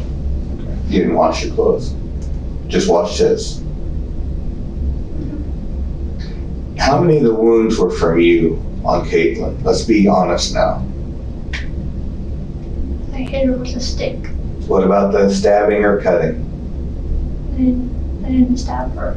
Cut her throat. Mm-mm. He said you did it all while he held her down by the shoulders. It's not true. Why would he say this? This is your man who thinks you're the shiznik, who tells us he does whatever you say, who is not making amends for what he did. Like I said, he says, I regret it happened, but I don't have any remorse. You know, it doesn't bother me. It happened. I mean, this is not a guy that's like going, I didn't do it. I don't want a part of it. It was all her idea. I mean, it's like, we talked about it. We've talked about the satanic stuff. We planned. We never went through with it. You know, he actually said he had tried to kind of steer you away from the darker stuff. But when you told him that night that you guys were going to get her, that it was going to be Kaytlin, and he was just like, okay. And then you guys go through it with it, and like I said, he's a willing participant. He holds her down. I mean, he's not making excuses for what he did. But you, on the other hand, did again, complete demeanor difference, hard, cold. Some would call it heartless, you know. He also says, like I said, he said you wanted to go buy a Kaytlin t-shirt for a souvenir to remember what you'd done. He said you were excited. He said when you got home that night, he said that's one of the things that I remember. He said usually you're kind of standoffish, you guys don't really cuddle much, you're not kind of a cuddler kind of girl. But he said when you got home that night, you were excited, you were actually giddy. And he said that you wanted to love on him and hug on him. I asked him if you guys had sex. He said no. But he said you wanted to lay on top of him and wanted to rub on him and kiss on him. And you never do that normally. I don't like touching people. But he said you did that night. When I went to sleep, he was downstairs. And that's fine, that's your side. I'm just telling you the inconsistencies. And you know, I'll be honest, for The phone search. yeah, the phone search. Phone search for talking about the murder that happened up in Krug Park back in 1912 or whatever that was. The guy died in 1954. That's on your phone. Yeah, what was that about? Tell me about that. Because he told me that he's always wanted to make the news. But why did you search one that happened, 80 years ago? Because he would make the news. Who would? Sebastian. Not if he didn't get caught, he wasn't. So you knew he was planning this before he went up to Krug Park because that search. But he didn't plan, murdering anyone. He just told me that he's always wanted to make the news. But why search Krug Park and a homicide in Krug Park where a woman's throat is slit? Because Well, I looked up Krug Park history, and But why Krug Park? What's because Krug? it was after the, I was looking for the news stories, and I was looking for the news stories, and I typed in Krug Park murder or homicide or something like that, and it pulled up a Wikipedia page, and that was the only thing in the history. So then I wanted to see, like, if there was a story on it or something. There's gonna be a story there now, ain't there? See how this is all adding up? We've got text messages saying, hey, come meet me here at the corner. Don't tell anybody where you're going. Let's go hang out in Krug Park. We're at Krug Park. There's people there. You drive. No, Hyde Park. Hyde Park, I'm sorry. Hyde Park. And then you go to the gas station. And then you drive to Krug Park. Before all that, you research a homicide in Krug Park. No, it wasn't before that. It was after. Because I saw the news stories. It was after that you searched that? Mm-hmm. Okay, well, I'm going to check with the forensic guys. Like I said. And then text messages long before that. If anybody tries to fuck with my man, I'll straight up cut him. Yep. You've never heard a teenage girl say I have. that? I've heard people say, I'll whoop her ass, I'll kill that bitch. But I've never had anybody actually go through with it. But I've never seen Kaytlin other than school and the one time she visited us at. Why? Sebastian's version is now on the table. Amanda has to respond to a specific accusation that she picked the victim, brought the knives, cut the throat. Watch what her body does not do. There is no tears burst. There is no breakdown. She stays functional. That in itself is data. One time she visited Well, us at. I understand that, but why then would you all of a sudden pick her out to text her to... It wasn't just her. I was just talking Okay, to but- people in general. Understood, And then understood. But if anybody else would have answered the text, then I would have hung out with them. would they have been the victim? She wasn't gonna be a victim anyway. That's not what Sebastian is saying. Sebastian said on the way to pick her up, you told him that she was going to be the sacrifice. He said it was your sacrifice. He was more than willing to go along with it, but it was your sacrifice. And this alibi deal you tell us about. I mean, if he tells you to use this alibi, and I give him the alibi, and he's like, no, this is before he told the truth. Before he before he confessed to what had happened, he's like, no, ain't been a movie in a long time. We were talking about going seeing this movie to a girl from the train or whatever, but he says we didn't go. And you had the story about the free tickets you got for Christmas, and We do have free tickets. I understand, but you used that. You put that all together. That's your alibi, not his alibi. No, he Because his told me. alibi is, we was home all night. We was home all day. We was home all night. Didn't go anywhere. And usually if you get an alibi, you both use the same alibi. Yeah. Well, And that's certainly if what I he'd have thought. told you, That's what I thought was supposed to happen. And so you, in the best case scenario, you knew that you guys had killed somebody, and you tried to make an alibi to cover yourself, so you wouldn't be sitting here, right? so I could be home with my baby. Yeah. The easier way would have just been not to kill somebody. Or told But I somebody didn't right away. kill her. You Yeah. were right there when it happened. He says I you know. killed her. Yeah. I was there, and that's why I didn't tell anybody, because either way, I was You gonna go could've. to jail because I No, was and you know there. what? The way you could have kept from going to jail is as soon as it happened, and he's in the shower, you call 911 and say, "This crazy son of a bitch done killed somebody." But he comes and tells us up front. He doesn't try to lie. He doesn't try to a point. To a point. I mean, at first he just denies. He denied. You came up with a whole alibi. I wasn't there. There's no way it was me. I wasn't there. I have no idea what you're talking about. Well, that was supposed to be, that's what we said we were gonna do. I understand, but if he's he supposed to be the told me- ringleader in all He told this, me that he thought that I wouldn't stick with it, and that's probably why he said first before I said something. But you flat out said Sebastian will not say anything. Sebastian will not say anything. Yeah. Well, he told me. Because when we he said wasn't going. Sebastian told, before he'd actually said it, the one lie that was told Well, in I knew that, you were lying. that was Some the of only stuff lie you said. that was told. That was the only lie that was told. And then you caught me because when he started to say it again, I stopped him because I knew you had faith that he wouldn't. And you said, "Oh, you just told him to stop." You caught me red-handed. You knew you'd bust this because we didn't know whether he would say it or not. But you said he will not say. Well, he told me he wouldn't. He told me we were sticking. He didn't even start with that story. That's what I don't. He never even come up with that story. I gave it to him on a silver platter, and he never said the story. I'm just. This is the peak of the interview.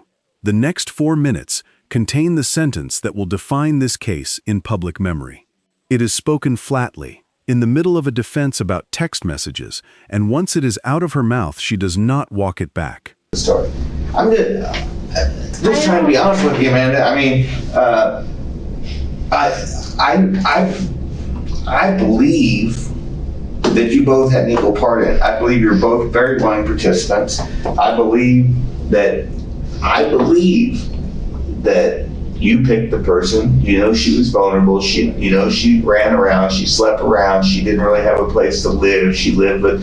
See, I didn't know that. I didn't even know her middle name. Right, but so again, all the more reason. I don't understand. If you don't know this girl, why would she show up at the hospital when you have a baby? Yeah, and plus you said you knew who she ran around with, and you didn't want to be around those people. Well, that's because whenever I went to Central, I hung out with For 2 days. No, I went to Central for my sophomore year. How much your sophomore year? Until I got pregnant towards the end of it. But you knew the guys she hung around with. You knew all they did was smoke weed. Because that's when you go to a high school, you kind of know. We went to high school too. Yeah, you know, like, what group goes with what. And I went to Central because Skylar went to Central, and I didn't want to go to Benton. In Lafayette, there was a lot of bullying. So I went to But Central. you were a cheerleader. That's kind of the popular girls. That's another thing about when I went to Lafayette, like, I always wanted to be a cheerleader, because who doesn't want to be a cheerleader? But when... He doesn't want to be a cheerleader. Well, now it's My legs don't look at the skirts. Now it's actually, like, more popular for guys to be a cheerleader. It's like Lafayette has like 4. So yeah, if everybody wants to be a cheerleader, go ahead. But... I shouldn't have pulled you off course. And I made the scene, and the people who made fun of me, like, it didn't matter, and it actually made it worse because all of the cheerleaders are like 5 foot and I'm 6 foot, and people kept taking pictures of me and posting them and sending them to people and be like, "Hey, look, there's the tree," and stuff like that, and be like, "Look at the wannabe," and so I left. The syringe. The same syringe that he stuck in her neck, is that the same syringe he pulled the blood out with and stuck it in the vial? I think so. I don't think he had another one. I didn't see them. What did he do with the syringe? He said he was going to clean it. I don't know. Then do what with it? I don't know. He didn't say anything. He was making more stuff downstairs. So what was the blood going to be used for? Did somebody drink it? I didn't. Was I it didn't going see to be a it. burnt offering? Was it? What were you going to do with the blood? I don't know. I don't know what he wanted with it. I didn't see him take it. You didn't ask him? What did you bring the blood for? No. So for a week, the knife's sit in your closet, in your purse, the blood's there in the room. For a week. You don't do anything with it? You don't tell anybody with it? You don't get rid of it? You don't? I didn't know what to do with You it. didn't go to your mom and say, "Hey, Sebastian killed this girl." My mom doesn't like Sebastian anyway, and Didn't go to your girlfriend? I don't really. She knows about the devil worshiping and the ghosts and stuff because she said that was how the ghosts come in the room, was through the mirrors, and some stuff was on the mirror. I don't know what was on the mirror, but that you told her that that's how the ghosts come in the room. Is the spirits come in the room is from the mirrors, and there was stuff on the mirror that. Well, Sebastian, I think I know what she's talking about. Sebastian says he has these, have you ever heard of shadow people? You know what that is? Yeah, It's- kind of. It's something like evil spirits, I think, that follow you around. Well, we used to live upstairs, and like at night we would hear stuff, and it kind of freaked me out. So then he looked up not really a banishing symbol, but something to keep evil things out, and we wrote it into all the windows with window paint. So what was the chanting? He also said that you did the chanting. And so what was that little chant that was said, that was on the piece of paper?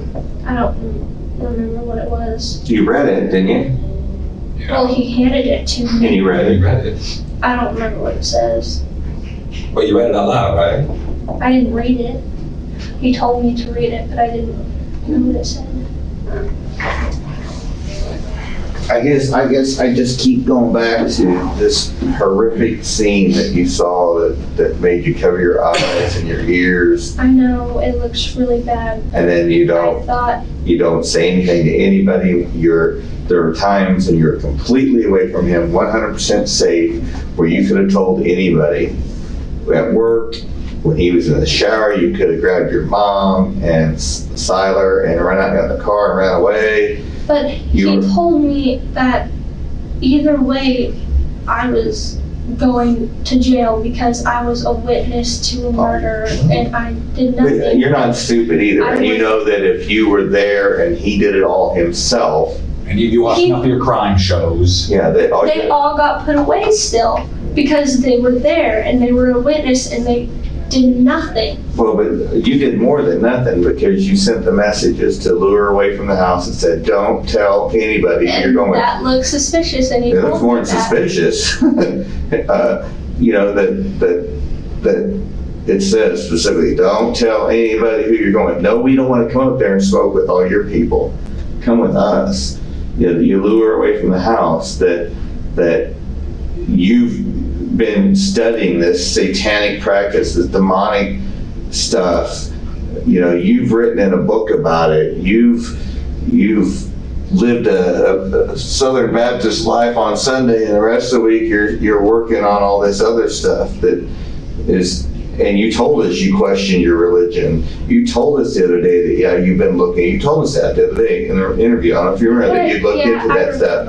And then Because I think my whole life I thought like all Jesus and angels and all this stuff was true, but when I met Sebastian, he believed the other side, and I didn't like if this is true. well, one There's a doesn't possibility. survive without the other. That's what I was thinking, and then he was like, You can't believe in hell and Satan and not believe in Jesus, because if there isn't Jesus, there's no hell, there's no demon. I There's no. believed that there was like Jesus in heaven and hell, but I didn't know anything about this. And he knew everything about this and nothing about this. Have you tried controlling candles with your mind? I haven't tried, but he said that it changed. Yeah. Did you guys sit and, hold on, my big thick locks here, Cal. Have you guys chanted or prayed or talked to the demons together? I have never seen or heard. Tried. Have you tried? Well, I sat down in a room with him while he's telling me what to do, but And you did it? I sat and listened and nothing happened. We didn't do any chanting. Have you shared any of this with your mom?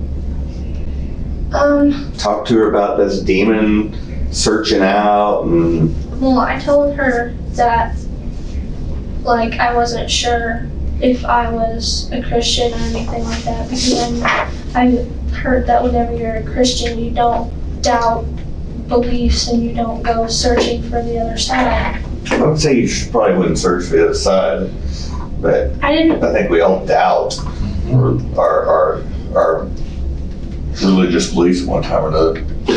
I just wanted to know what was, like, there, like, if there was something there or not. So what would you say to Kaytlin's family?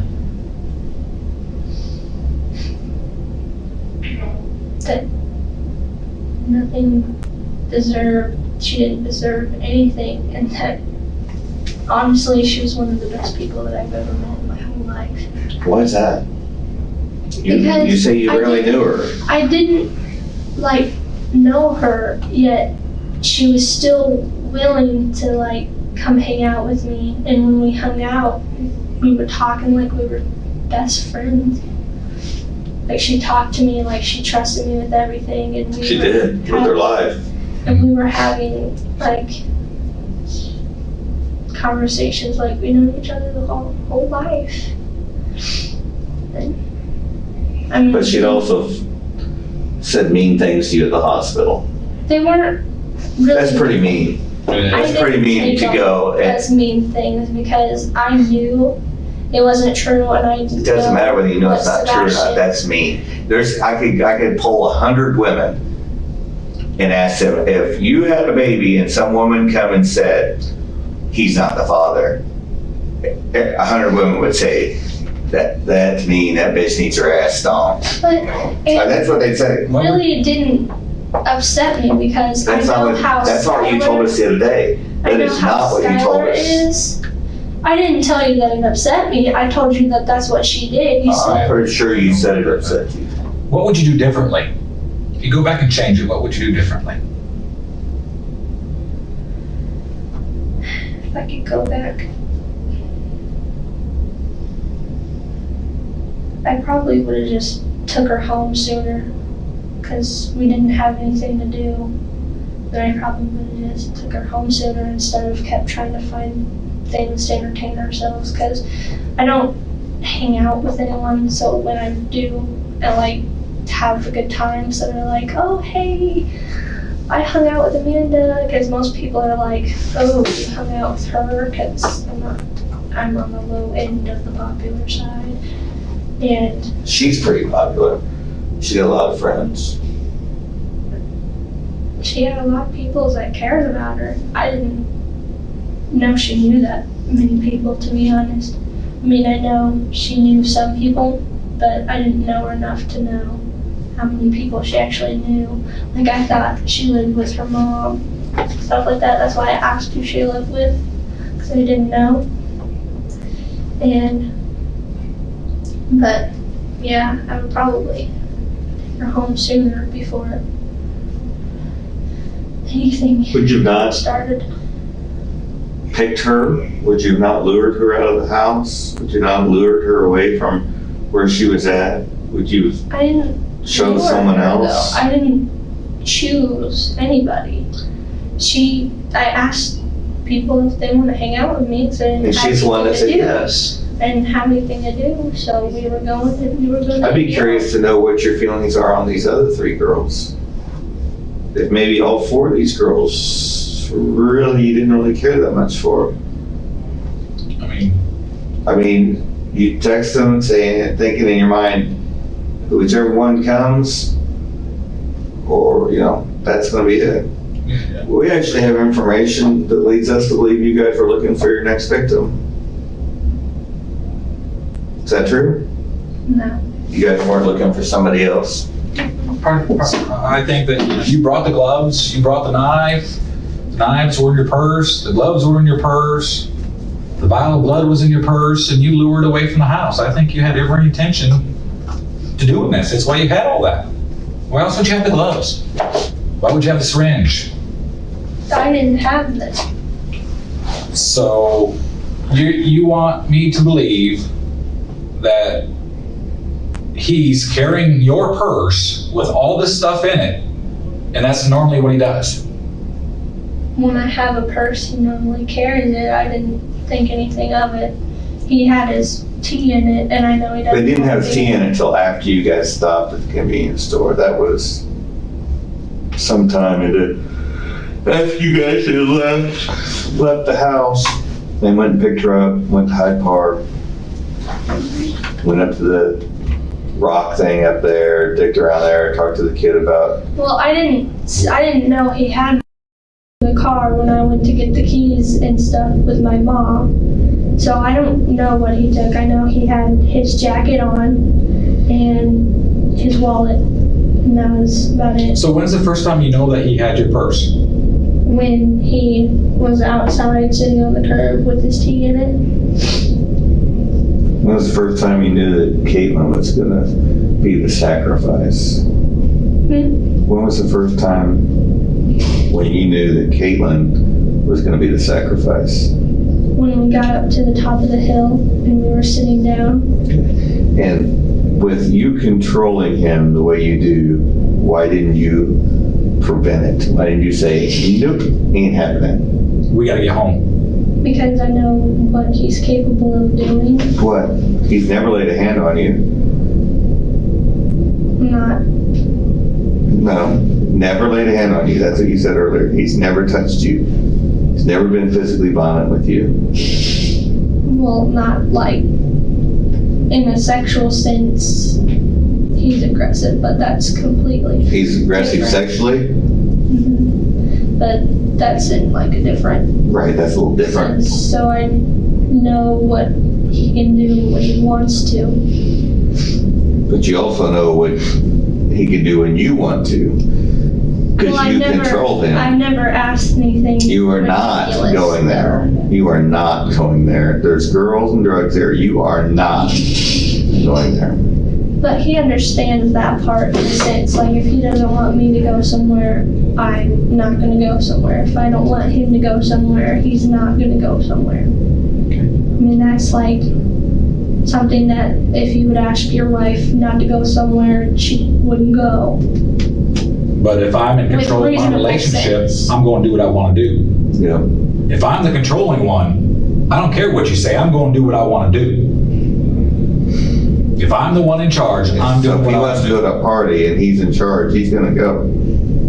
Well, we respected each other since in like And the that same way. thing, he would respect you if you says, no, Let's go. we're not freaking killing this girl in this dark, lonely part of the park with a full moon, and I would. we're not going to do this. I like this girl now. We're not doing this. I told him that I liked her. I know, that's what you say you told him, but you didn't stop it. And you could have stopped it. I believe it was more than you could have stopped it. I believe that you were both equally on board with it. I believe that you picked her. I believe that you lured her out, just like the text messages show. And I believe that what you need to do is be responsible for your actions, because it doesn't change anything at this point, other than the fact that the judge and the jury are, look at it and go, well, here was her interview here, and now here's her interview here, where she actually got charged after she says, prove it. It's your exact words, prove it. And we have. It wasn't like, I didn't do it. It was like, prove it. Roll. Now the evidence comes back in, one piece at a time. Gloves, DNA, the syringe, the vial, the purse. Each piece is a question Amanda has to answer, and each answer creates a fresh gap for the next question to enter through. Roll. Because he told me that we got rid of everything that you guys had. But you knew the body was there. And you knew you had both knives and a vial of blood at home. You had those potions. You had all your writings. So you thought you were pretty safe and secure until that day at the parade. Up till then, you thought you guys got away with it. You were both very happy that day. We watched you guys for quite a while. From the whole time you pulled up and sat down there, I mean, we've been following you for a couple days. We'd seen him at work and stuff. And my friend, a couple guys even went and got food from him. He made him milkshakes, You guys didn't, it wasn't, it was life as normal. It was life as usual. Why didn't it happen at Hyde Park? I told you why we left Hyde. But why didn't a sacrifice happen there? Because there's too many people there? Were you there in the We cave? were planning on having a sacrifice. That's not what he says. He did say it was never supposed to happen at Hyde Park. He said it was always Krug Park. Krug Park wasn't like, we weren't even gonna go to Krug Park until she said that she hadn't seen the new stuff. And I mean, and then again, it goes back to what Frank said. The only reason why you're telling us now is because we proved it. We've got all the cell phone messages. We've got all those things You've here. been charged. And you're stuck here with us, you know? Who else do you run around with? Who else do you know does this Satanic stuff. demonic things? Sebastian. Nobody else. What about Miss Lawhon? Is that her name, right? Lawhon? What's her first name? Sarah. Sarah. She do this stuff with you guys? No. Do we have to worry about her going out and sacrificing somebody? Mm-hmm. Tell me about your rabbit. My rabbit? Yeah. Well, he's in the basement. Why is he in the basement? Because my mom doesn't like the messes he makes upstairs. Have you sacrificed animals before? I love animals. That's not what I asked. No, I have not. How about him? How about Sebastian? Sebastian. No, he loves animals too. We have a little kitten that we've raised from a bottle. He's 3 months old now. Because I'm going to be honest with you, it's not uncommon at all to sacrifice animals. It's a normal question in something like this. Okay, well, I love animals. And that's cool. I That's fine. I had to ask, you know. Just a question. Same reason why you had the gloves in your purse. didn't have my purse. But why were the gloves in your purse? He must have put gloves in my purse. Because my purse had my McDonald's stuff in it from when I worked at McDonald's. But why did he say that you had gloves on? Why did he say, I mean, he's the one that turned us on to the trash. I mean, our guys had to go dig through the freaking trash and find, I don't know what your trash carriers, they'd find them, and they'd guess it was a freaking spectacle and a half, you know?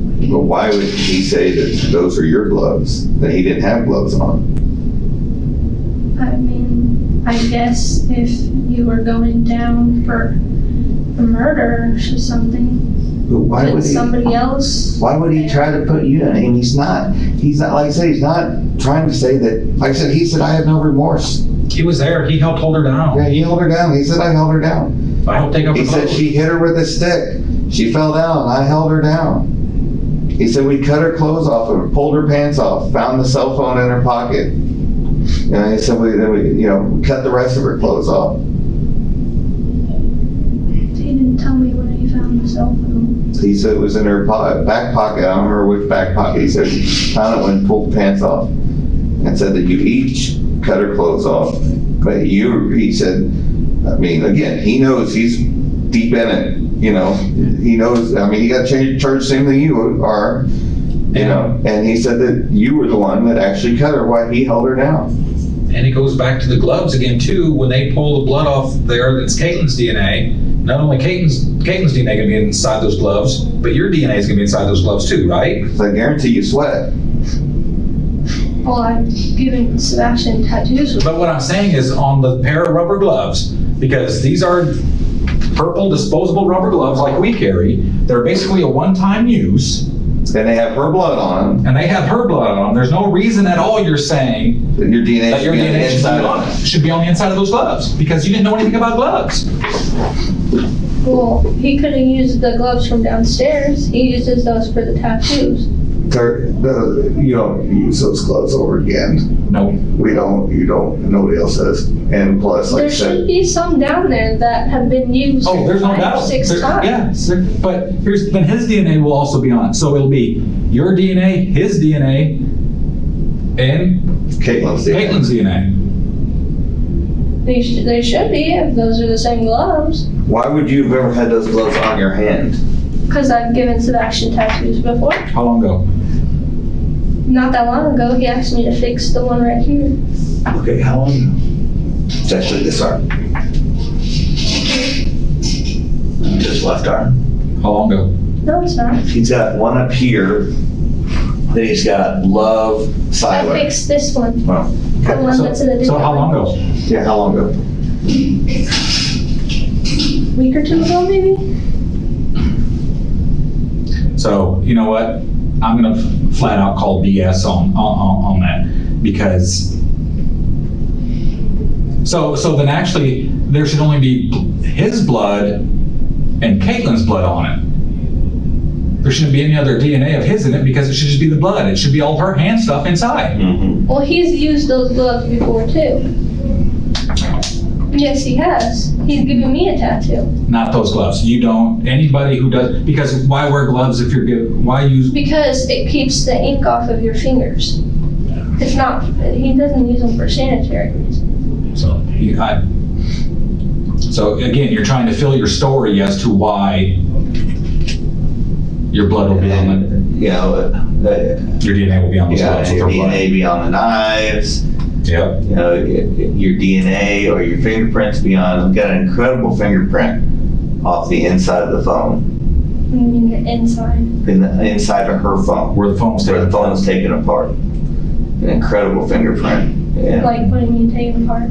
Where they took the phone apart Where somebody took the phone apart and threw it in the woods. threw it in Well, the the woods. only time that I touched your phone was when I took a picture of that. So I can assure you that that's not mine. So you didn't try to break the phone. No, That was all him. I did not break the phone. You didn't try to break the phone. No. That was all him. Yep. And you know what? That's the question. Yes. So your fingerprint won't be on the inside of the phone case. Okay. And there's no way that we're gonna find any DNA underneath her fingernails of you. That's true. What happened to her fingernails? Tell me about that. Yeah. All her fingernails except one were ripped off. Looked like in the struggle. That during the fight she lost her fingernails. They all got I busted never off. saw her fingernails. Well, it was dark. I'm sure. Did you guys get scratched? Either one of you? I didn't touch her. Did either one of you get scratched? Was the question. Sebastian told me that he got scratched by her Where? arm right here, on his arm right here. These are from my cat, you can check. But he has cat marks, I think it's on this one, and then there's a scratch right here, that's hers. And he told me that he got hurt because I asked if he got hurt, and he said that he got scratched right there. So there's no reason why then there will be no DNA on the knives, because you didn't touch the knives. He's had those knives for the longest time, and I've cleaned his knives before because he spilled barbecue sauce all over them. Your DNA won't be on her anywhere. Won't be on her panties. Any of the clothes that were cut off. You didn't touch any of that. No, they should not be. Not should not be. She was wearing gloves. No, that's true. Yeah, that's the thing. He says you were wearing those gloves, and he said you disposed of them. What did you do with the gloves? I didn't see any gloves. He said that okay, if you want us to believe he was wearing the gloves, he still says Well, I don't think he would wear gloves either, Why? because I didn't hear him put on gloves. He didn't, when he got home, he didn't say anything about gloves. Well, they were certainly in the trash.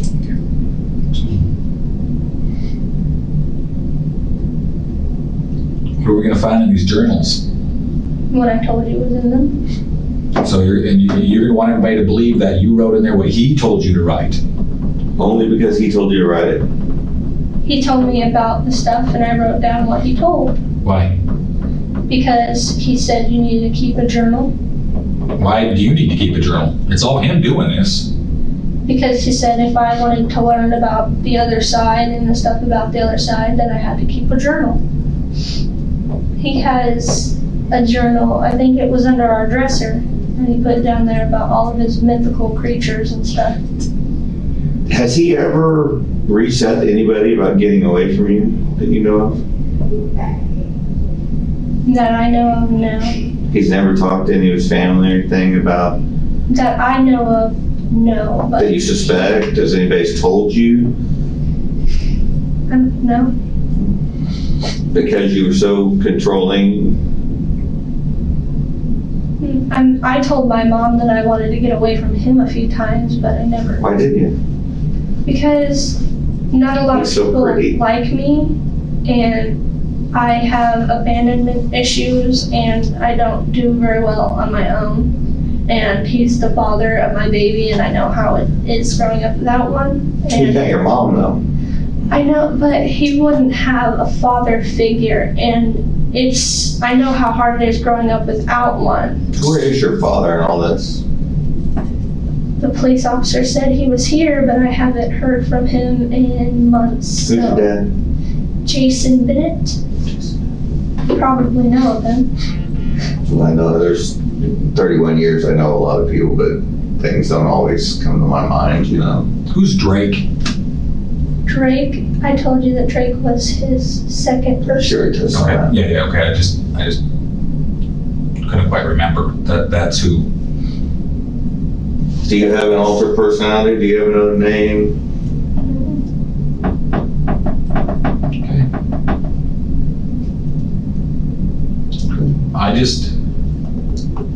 Is there anything else that you remember that we need to know? No, I told you.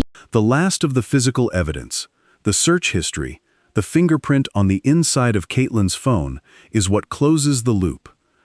There is only one way a fingerprint gets onto the inside of a phone case, and it is not by taking a photograph of a gas station sign. No, I told you. Went to the gas station. Is it a possibility that you might have cut her or stabbed her and not remembered?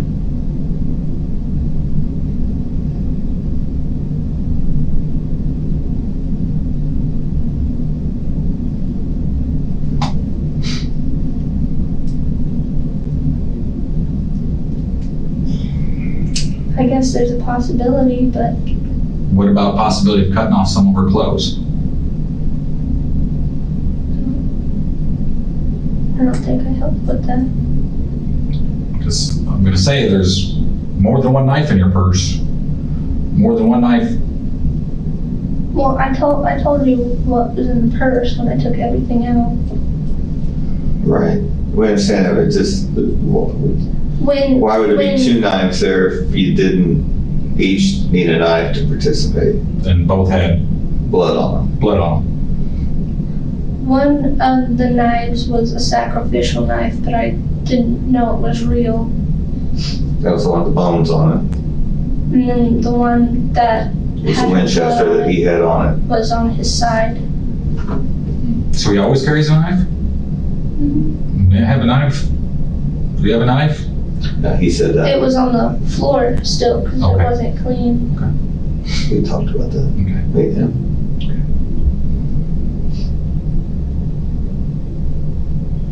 Anything else? What do you think? I mean, you guys are involved in this. Kaytlin's dead. What do you think the appropriate punishment would be for you two? Separately, tell me what you think each of you should get.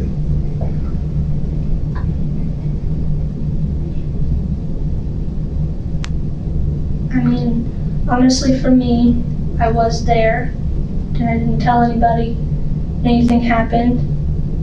So, I mean, I should be put in jail for some time, but I do have a baby that's 2 months old, and that's a vital part of his life because he's going to be crawling soon. He's gonna have his first Halloween without me there already. He's gonna start talking, and he's growing out of all of his clothes that I got for him and stuff, and I'm never gonna get to see him in those, and I'm not gonna get to dress him and stuff like that. And I'm not sure the punishments that are given out because I've never gotten in Tell trouble me what do you before. think is appropriate. You said you should go to jail, but for how long? I don't know. I mean, I don't want to go to jail. I'm not And what gonna about go to jail. Sebastian? But, I mean, there's house arrest. But What about Sebastian? I mean, I still love him. I mean, I don't want him to be punished, but we should both go to jail. For how long should Sebastian do? I don't know how long is. Do you think that there's a possibility this could happen again? I don't think so. But if Sebastian's had to kill this close brushing with this much trouble that it would steer you guys away from doing another sacrifice? I think being arrested for him would scare him enough that I don't even think he would think about that anymore. But for me, I've never been in trouble before. Neither is he. And I've only known him for like, I'm telling you, he hasn't. So I don't know. But I know he's like dealing with drug busts and stuff like that. So he's been around police officers and all of his family and stuff's gone to jail. But well, let me, and that's fine. I didn't get a real clear answer what I was looking for, but look, I want to point out something, and then we're gonna finish this up. You said that Siler's is growing up. He's going to be crawling. You won't get to see that. You won't get to hold him. You won't get to change his clothes, see the clothes he's growing out of. I would leave you with this. Kaytlin will never have a baby. Her parents will never see her get any older. Her friends will never see her grandparents. She will never, regardless of her promiscuity or anything, she'll never have the opportunity to have another boy or man love her. She'll never. Yeah, and I know. I've listened to all of the things that people said. Yeah, but this is me saying it. Okay, you know, when we compare the things that you're gonna miss, that sucks. But Kaytlin will never have any. But you have a chance at some life in the future. You have a chance of parole. You have a chance of, hell, who knows? You have a chance of beating this whole deal. You know? You will, I mean, as young an age you are, chances are you'll probably come out of prison a young woman yet and get to remake the rest of your life for the better, I hope. But Kaytlin will never have that opportunity. So, You want to go over this? You want to go over it again? This time, tell us the truth. What really happened? The detective is winding down. He asks Amanda what she thinks the appropriate punishment would be. Her answer is about her own son.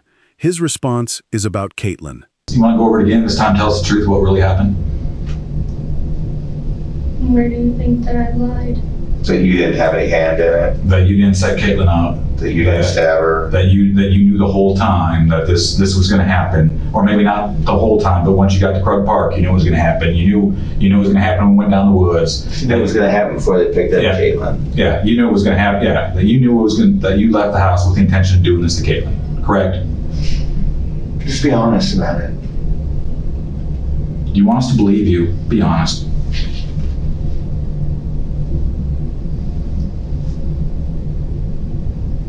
Some parts of what you said are true, but some parts aren't. Okay, What's true? Let's hear the truth. And let's get it out. With me saying this, I'm going to jail for the rest of my life, and you know this. No, No. that's not true. Yes, you Okay, know. First Go off, ahead. second-degree murder doesn't carry a life sentence, but go ahead. Well, we were Sebastian. Okay, Just be honest. I'm trying to think where to start.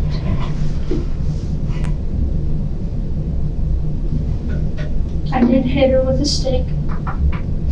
I didn't stab her or cut her throat or anything. I couldn't bring myself up to do that. I didn't take off her clothes.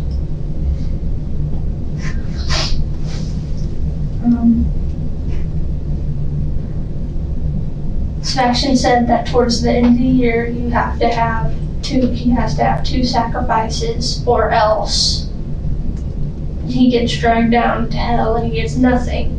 So he said that he needed to find somebody. And we weren't talking about actually like killing people and doing stuff like that. Like that was never in the question at all.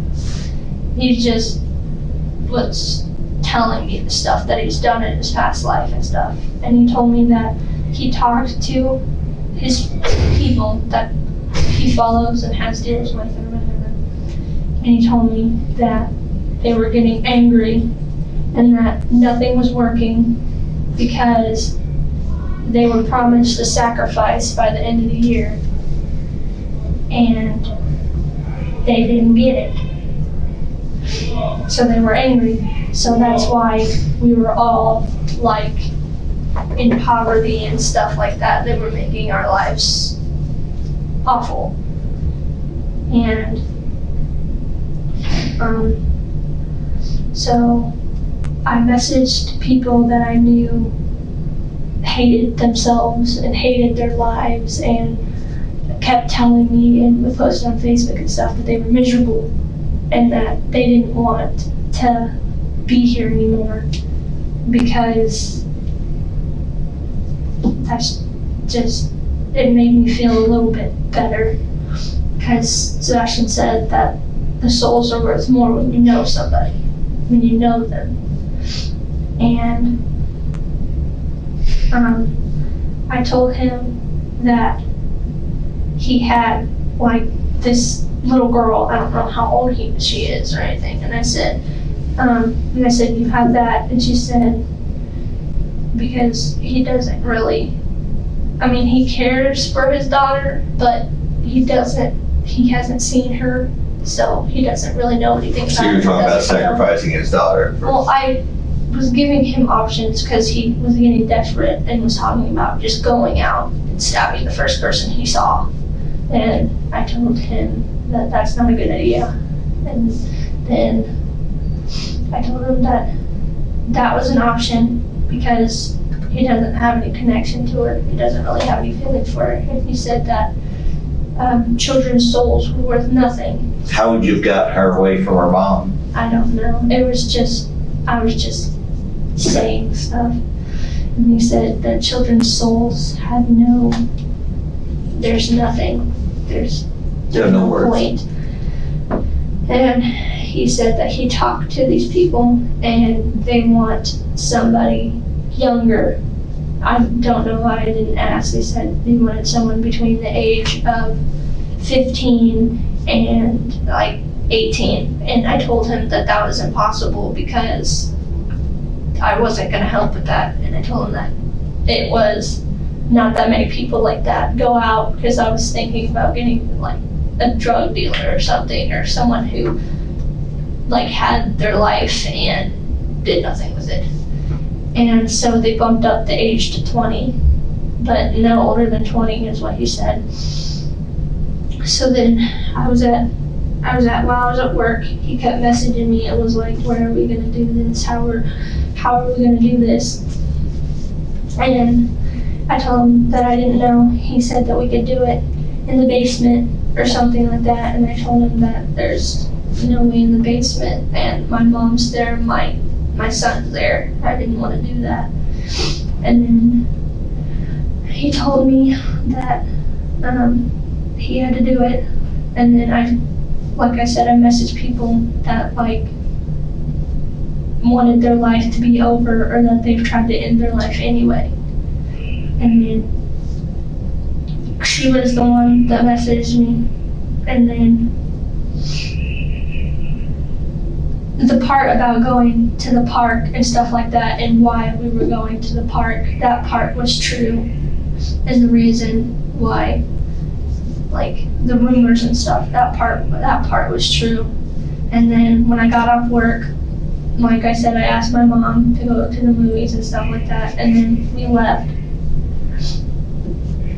I didn't see him pick a purse, that part was true. And then we went and smoked. We had fun. It wasn't our intention to kill her at the park. We were looking for some place to go because we didn't know where to go.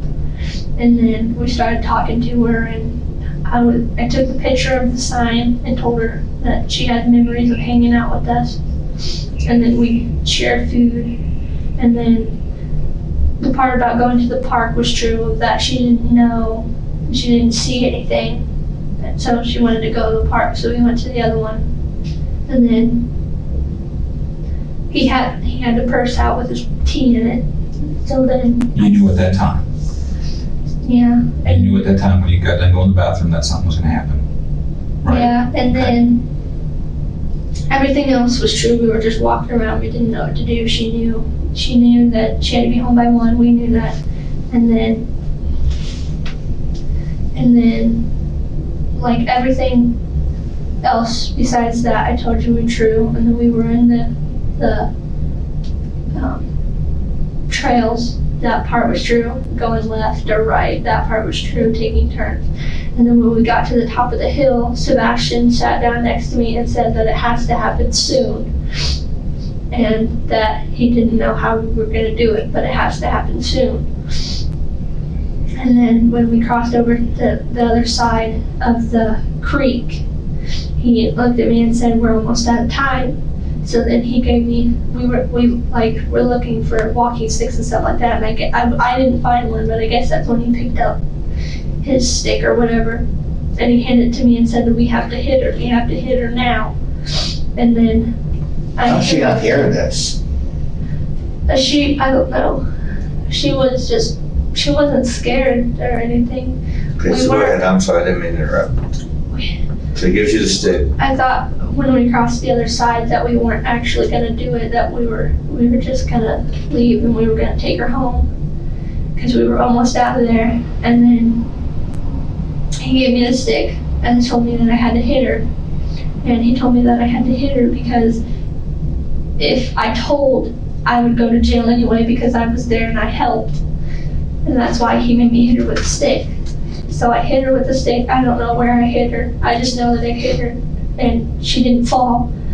Because like I said, I had my eyes closed when I hit her. And then everything after that happened was true. And he told me to stab her, and he told me to say it, but I couldn't do it. And I don't think that I stabbed her. We went over what happened like 2 days afterwards because he said, "What do you remember that happened?" And I told him, and he says, "You remember some minor things, but you're missing a lot of major details." And he never told me what else happened. What I told you is what I remember happening. What did the gloves, so you had your gloves on. When did you put the gloves on? When I had gloves, I don't remember when I got the gloves. But he told me we didn't want blood on me, so then I had gloves on. And then whenever he said he was going to set the thing on fire, he said to get rid of the gloves and then put them in the trash. You obviously did something because you did have blood on the gloves. I don't remember there being blood on the gloves. What did Kaytlin say? What I told you, she said. What, she had to say something? Just help me? She said, when I hit her with the stick, she said, "What the fuck, man?" Like, she didn't know. Where'd you hit her at? I don't know. Head? Body? I had my eyes closed when I saw the stick. How big is the stick? It was short. I don't know. You had to get close to her. Yeah, I was right. We were walking. Did it knock her down? No. So She just turned around. That's all she did, was turned around and said, "What the fuck?" And then Sebastian ran at her and knocked her to the ground. what is she saying? He started choking her and she didn't say anything. And then I was standing there just looking at them, and she was like clawing at his arms and she was saying, "Help, I can't breathe, please help me, I can't breathe." And he said, "Can you help me?" And I just stood there. The detective has just made his closing statement, a version of the loop that connects Amanda's baby to the child Kaytlin will never have. He gives her the offer. Tell it again. Tell the truth this time. 12 minutes later, Amanda is describing how she messaged 4 girls she knew hated their lives. Just stood there, and then the rest of what happened was true. So it was basically the first one who answered your message that went with you was going to be. And I didn't know that she had so many people that cared about her. So what you find is when people die, people come out of the woodwork. So. And I thought the reason that she lived with her grandparents was because her parents left her. And I thought that no one cared about her because that's what she always said. And that's what you thought about the other ones too. But like Detective Otto said, the first person who would have went with you would have been the person, and she's just the one that went. Yes. Did this Haley Mooney actually say what you said she said? Yes. What was the plan for the next victim? That was the end of the year. That's all we had to do. And after that, I was thinking about leaving Sebastian anyway. You can look at the messages from Facebook. In my phone, his name is Sexy Mofo. But I told him that I thought that everything he told me was just made up and that he just made me kill someone just in front of it. He said you put that in messages to him? And so, but you left the house, when you left the house to go pick her up, you knew there was a real good chance she was going to die. Yeah, but I didn't know he was actually going to do it. But you were pretty certain that she could die. There was a possibility. Okay. I wasn't certain it was going to happen. So you took gloves in your purse. No, he put everything in the purse. What about the when I was syringe? talking to Mom. But Yeah. you knew that. But you knew I that. didn't know what was in the purse until he told me to get the paper out. I got the paper out. But he told you that When he did you put the gloves on? You put the I gloves. don't know. But like I said, the fact that, and that's fine. I appreciate you becoming a lot more honest about it. I can believe a lot more of that story. And, I think the significant thing is just what you said, is that you text 4 people that you knew were miserable in their life, that had talked about ending it, who were talked constantly about how unhappy and how, which is a lot of the same way you feel a lot of times. And I thought in your maybe mind, that you were giving them an escape. But you knew at that point. whoever answered. Right. Now, so he's saying that you told him on the way to pick her up that she was the one. I told him that I found someone that he could use and that he could sacrifice. And that he didn't have to go out and just find somebody and kill somebody. But you knew this was the plan. And what did he say when you said that? He just said, okay. Good. Was he excited? Was he happy that this was going to happen? Well, he needed it to happen. I didn't know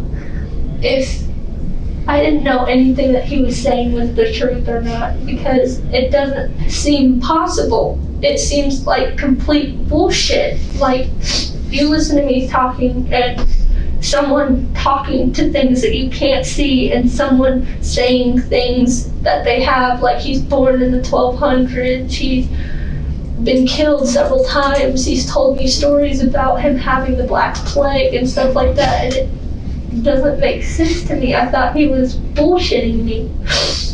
And I didn't think he was telling me the truth until he actually stabbed her. I thought he was just kidding. How was he choking her, like this, like right here? I didn't think he was telling the truth. How long did it take before she quit moving? A really long time. And How did her feet get muddy? Because when did her socks and shoes come off because her feet were muddy? I don't know why her feet were muddy. Oh, I told you she stood up, remember? Mm-hmm. She stood up. And he said... After you taken her clothes off? After he stabbed her, she stood up and started walking away. Like, she wasn't running, she didn't say anything, she just stood up and started walking. And he said that's never happened before. Because that's when I turned around and was looking. Because after he stabbed her, I turned around and had my ears covered and my eyes were closed. Because she was screaming? No, because I've never seen anyone get hurt. I've never seen anyone get punched. I've never seen anything like that besides when I've cut myself. And he stabbed her, and just the sound it made and the way it looked. Tell me what the sound was. I don't know. It didn't. Tell me when she cut her throat, what did it sound like then? I don't know. He said that she wasn't dying, so he had to do that, and I didn't watch. He told me that I had to do something, so he told me to do it, and I couldn't. So I turned around and I didn't want to hear it. That's why I said I don't know what happened to her after that. You didn't hear her gurgling or anything when he cut her throat? You didn't hear her esophagus gasping for air? No. She was gasping for air whenever he was choking her. But And that was all. You knew this was the plan when you left the house. I didn't think he was really gonna do But it. you were pretty sure. I mean, there's a part of you thinking that, yeah, this is gonna happen, right? I thought he was kidding. I didn't think he was really gonna do it. That's why I thought when we got to the end that we were just gonna take her home. I thought he was joking. I thought it was just all a So big why would you joke. tell him I've got somebody that you can sacrifice? I found her. I found the one we can sacrifice. Because he said that he needed to do it, and I didn't want him to kill a random person if he was gonna do it. And So you knew there was a possibility this was gonna happen. there was a chance. There was a but chance I it thought he was was kidding the whole time. Because he didn't. When we were there, he didn't say anything about it. But when you're walking the trails, you know she's not going home, He right? didn't say anything. We were just walking. But when and you're I walking thought the we were trails- going home. But When you- we were walking the trails, I thought we were going to leave until we got to the end of the trails, and he said, "It's getting late. We need to do it now." What about, I asked you earlier, and everything else he said's been pretty much in line. He said that when you guys got home, you were affectionate, you were excited, you were It was happy, exhilarating. exhilarated. You wanted to love and hug and kiss and lay on him. I didn't have any emotions. I didn't know how to feel. It was kind of exciting though, wasn't it? No. It wasn't? Not at all? Does he have problems in the sexual area? What do you mean? Like Does he have- problems? Have problems having sex? Does he have problems getting intimate? No, I do. Well, that's exactly what he said. And he said that you, afterwards, you were very intimate. Said you didn't have sex, which I thought that was strange, that it I went don't as far like as... having sex. I don't like cuddling. I don't like touching. He said, but you did all that stuff except for the sex part. He said you were rubbing on him and kissing on him and wanted to lay on top of him and I didn't do that. didn't do any of that. No. So the rest of what he's told us is pretty much true, and that part's false. It's okay. But everything else that I said was true, like walking home and telling me that he was proud of me for staying there and not running away. And he carved his name afterwards. You know, he was telling me that he was trying to sidetrack me because I was freaking out and trying to freak out. He was trying to keep me calm. He said, if at any point you're starting to freak out, you need to let me know. Because he thought I was going to tell on him, and I told him I was going to. I told him that I was going to tell, and then he said that I couldn't because I was You said there. something about him carving his name in a gazebo. No, I said when we were walking, he said that he had carved his name into the gazebo. He was trying to. So he really hadn't. He did years ago. That's what I'm okay. saying. He So said what happened to the blood at home? all of that was. What did you do with it? What were you It's gonna do still with there. it? What were you gonna do with it? I don't know what he was gonna do with it. Okay. I didn't see him take it. And you didn't go to the funeral, right? You were going I to... didn't go anywhere. I felt bad and I wanted Well, to you go. he said you wanted to buy a shirt for a keepsake. I wanted to buy a shirt because I wanted a memory of her because I didn't get to know her. And whenever everyone was talking about how much they loved her and everything that she did, I realized that I got it wrong and that she had a great life and I took it from her. I watched it being taken from her, and I didn't do anything about it. So my The story is now closer to the physical evidence. Not fully aligned, she is still hedging on the stabbing, the throat, the purse contents, but the shape of it has changed. Watch what she admits to, and what she still puts in Sebastian's hands. Anything about it. So my last question, again, why are you so emotional today, but Saturday you weren't? He told me to be calm and everything would be okay. Yeah, my God, I couldn't be. I mean, police officers shoot people and they have to go through counseling. Justified killings, they have to be counseled and they cry and they can't hold it together like you held it together. I've been through a lot of emotional stuff and I know how to just not feel anymore. Okay.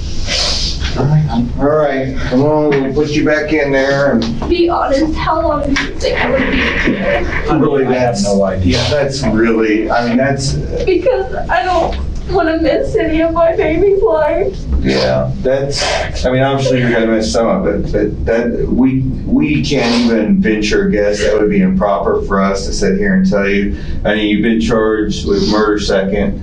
But I didn't kill her. I know I was an accessory, but I didn't hurt her. And that's something your attorney can argue on that, you know. There's nothing that says charges can't be changed. They're changed every day. So, are you by yourself back there? Yeah. I'll take you on back.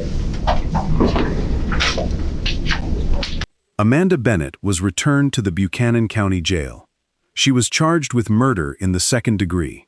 She never went to trial.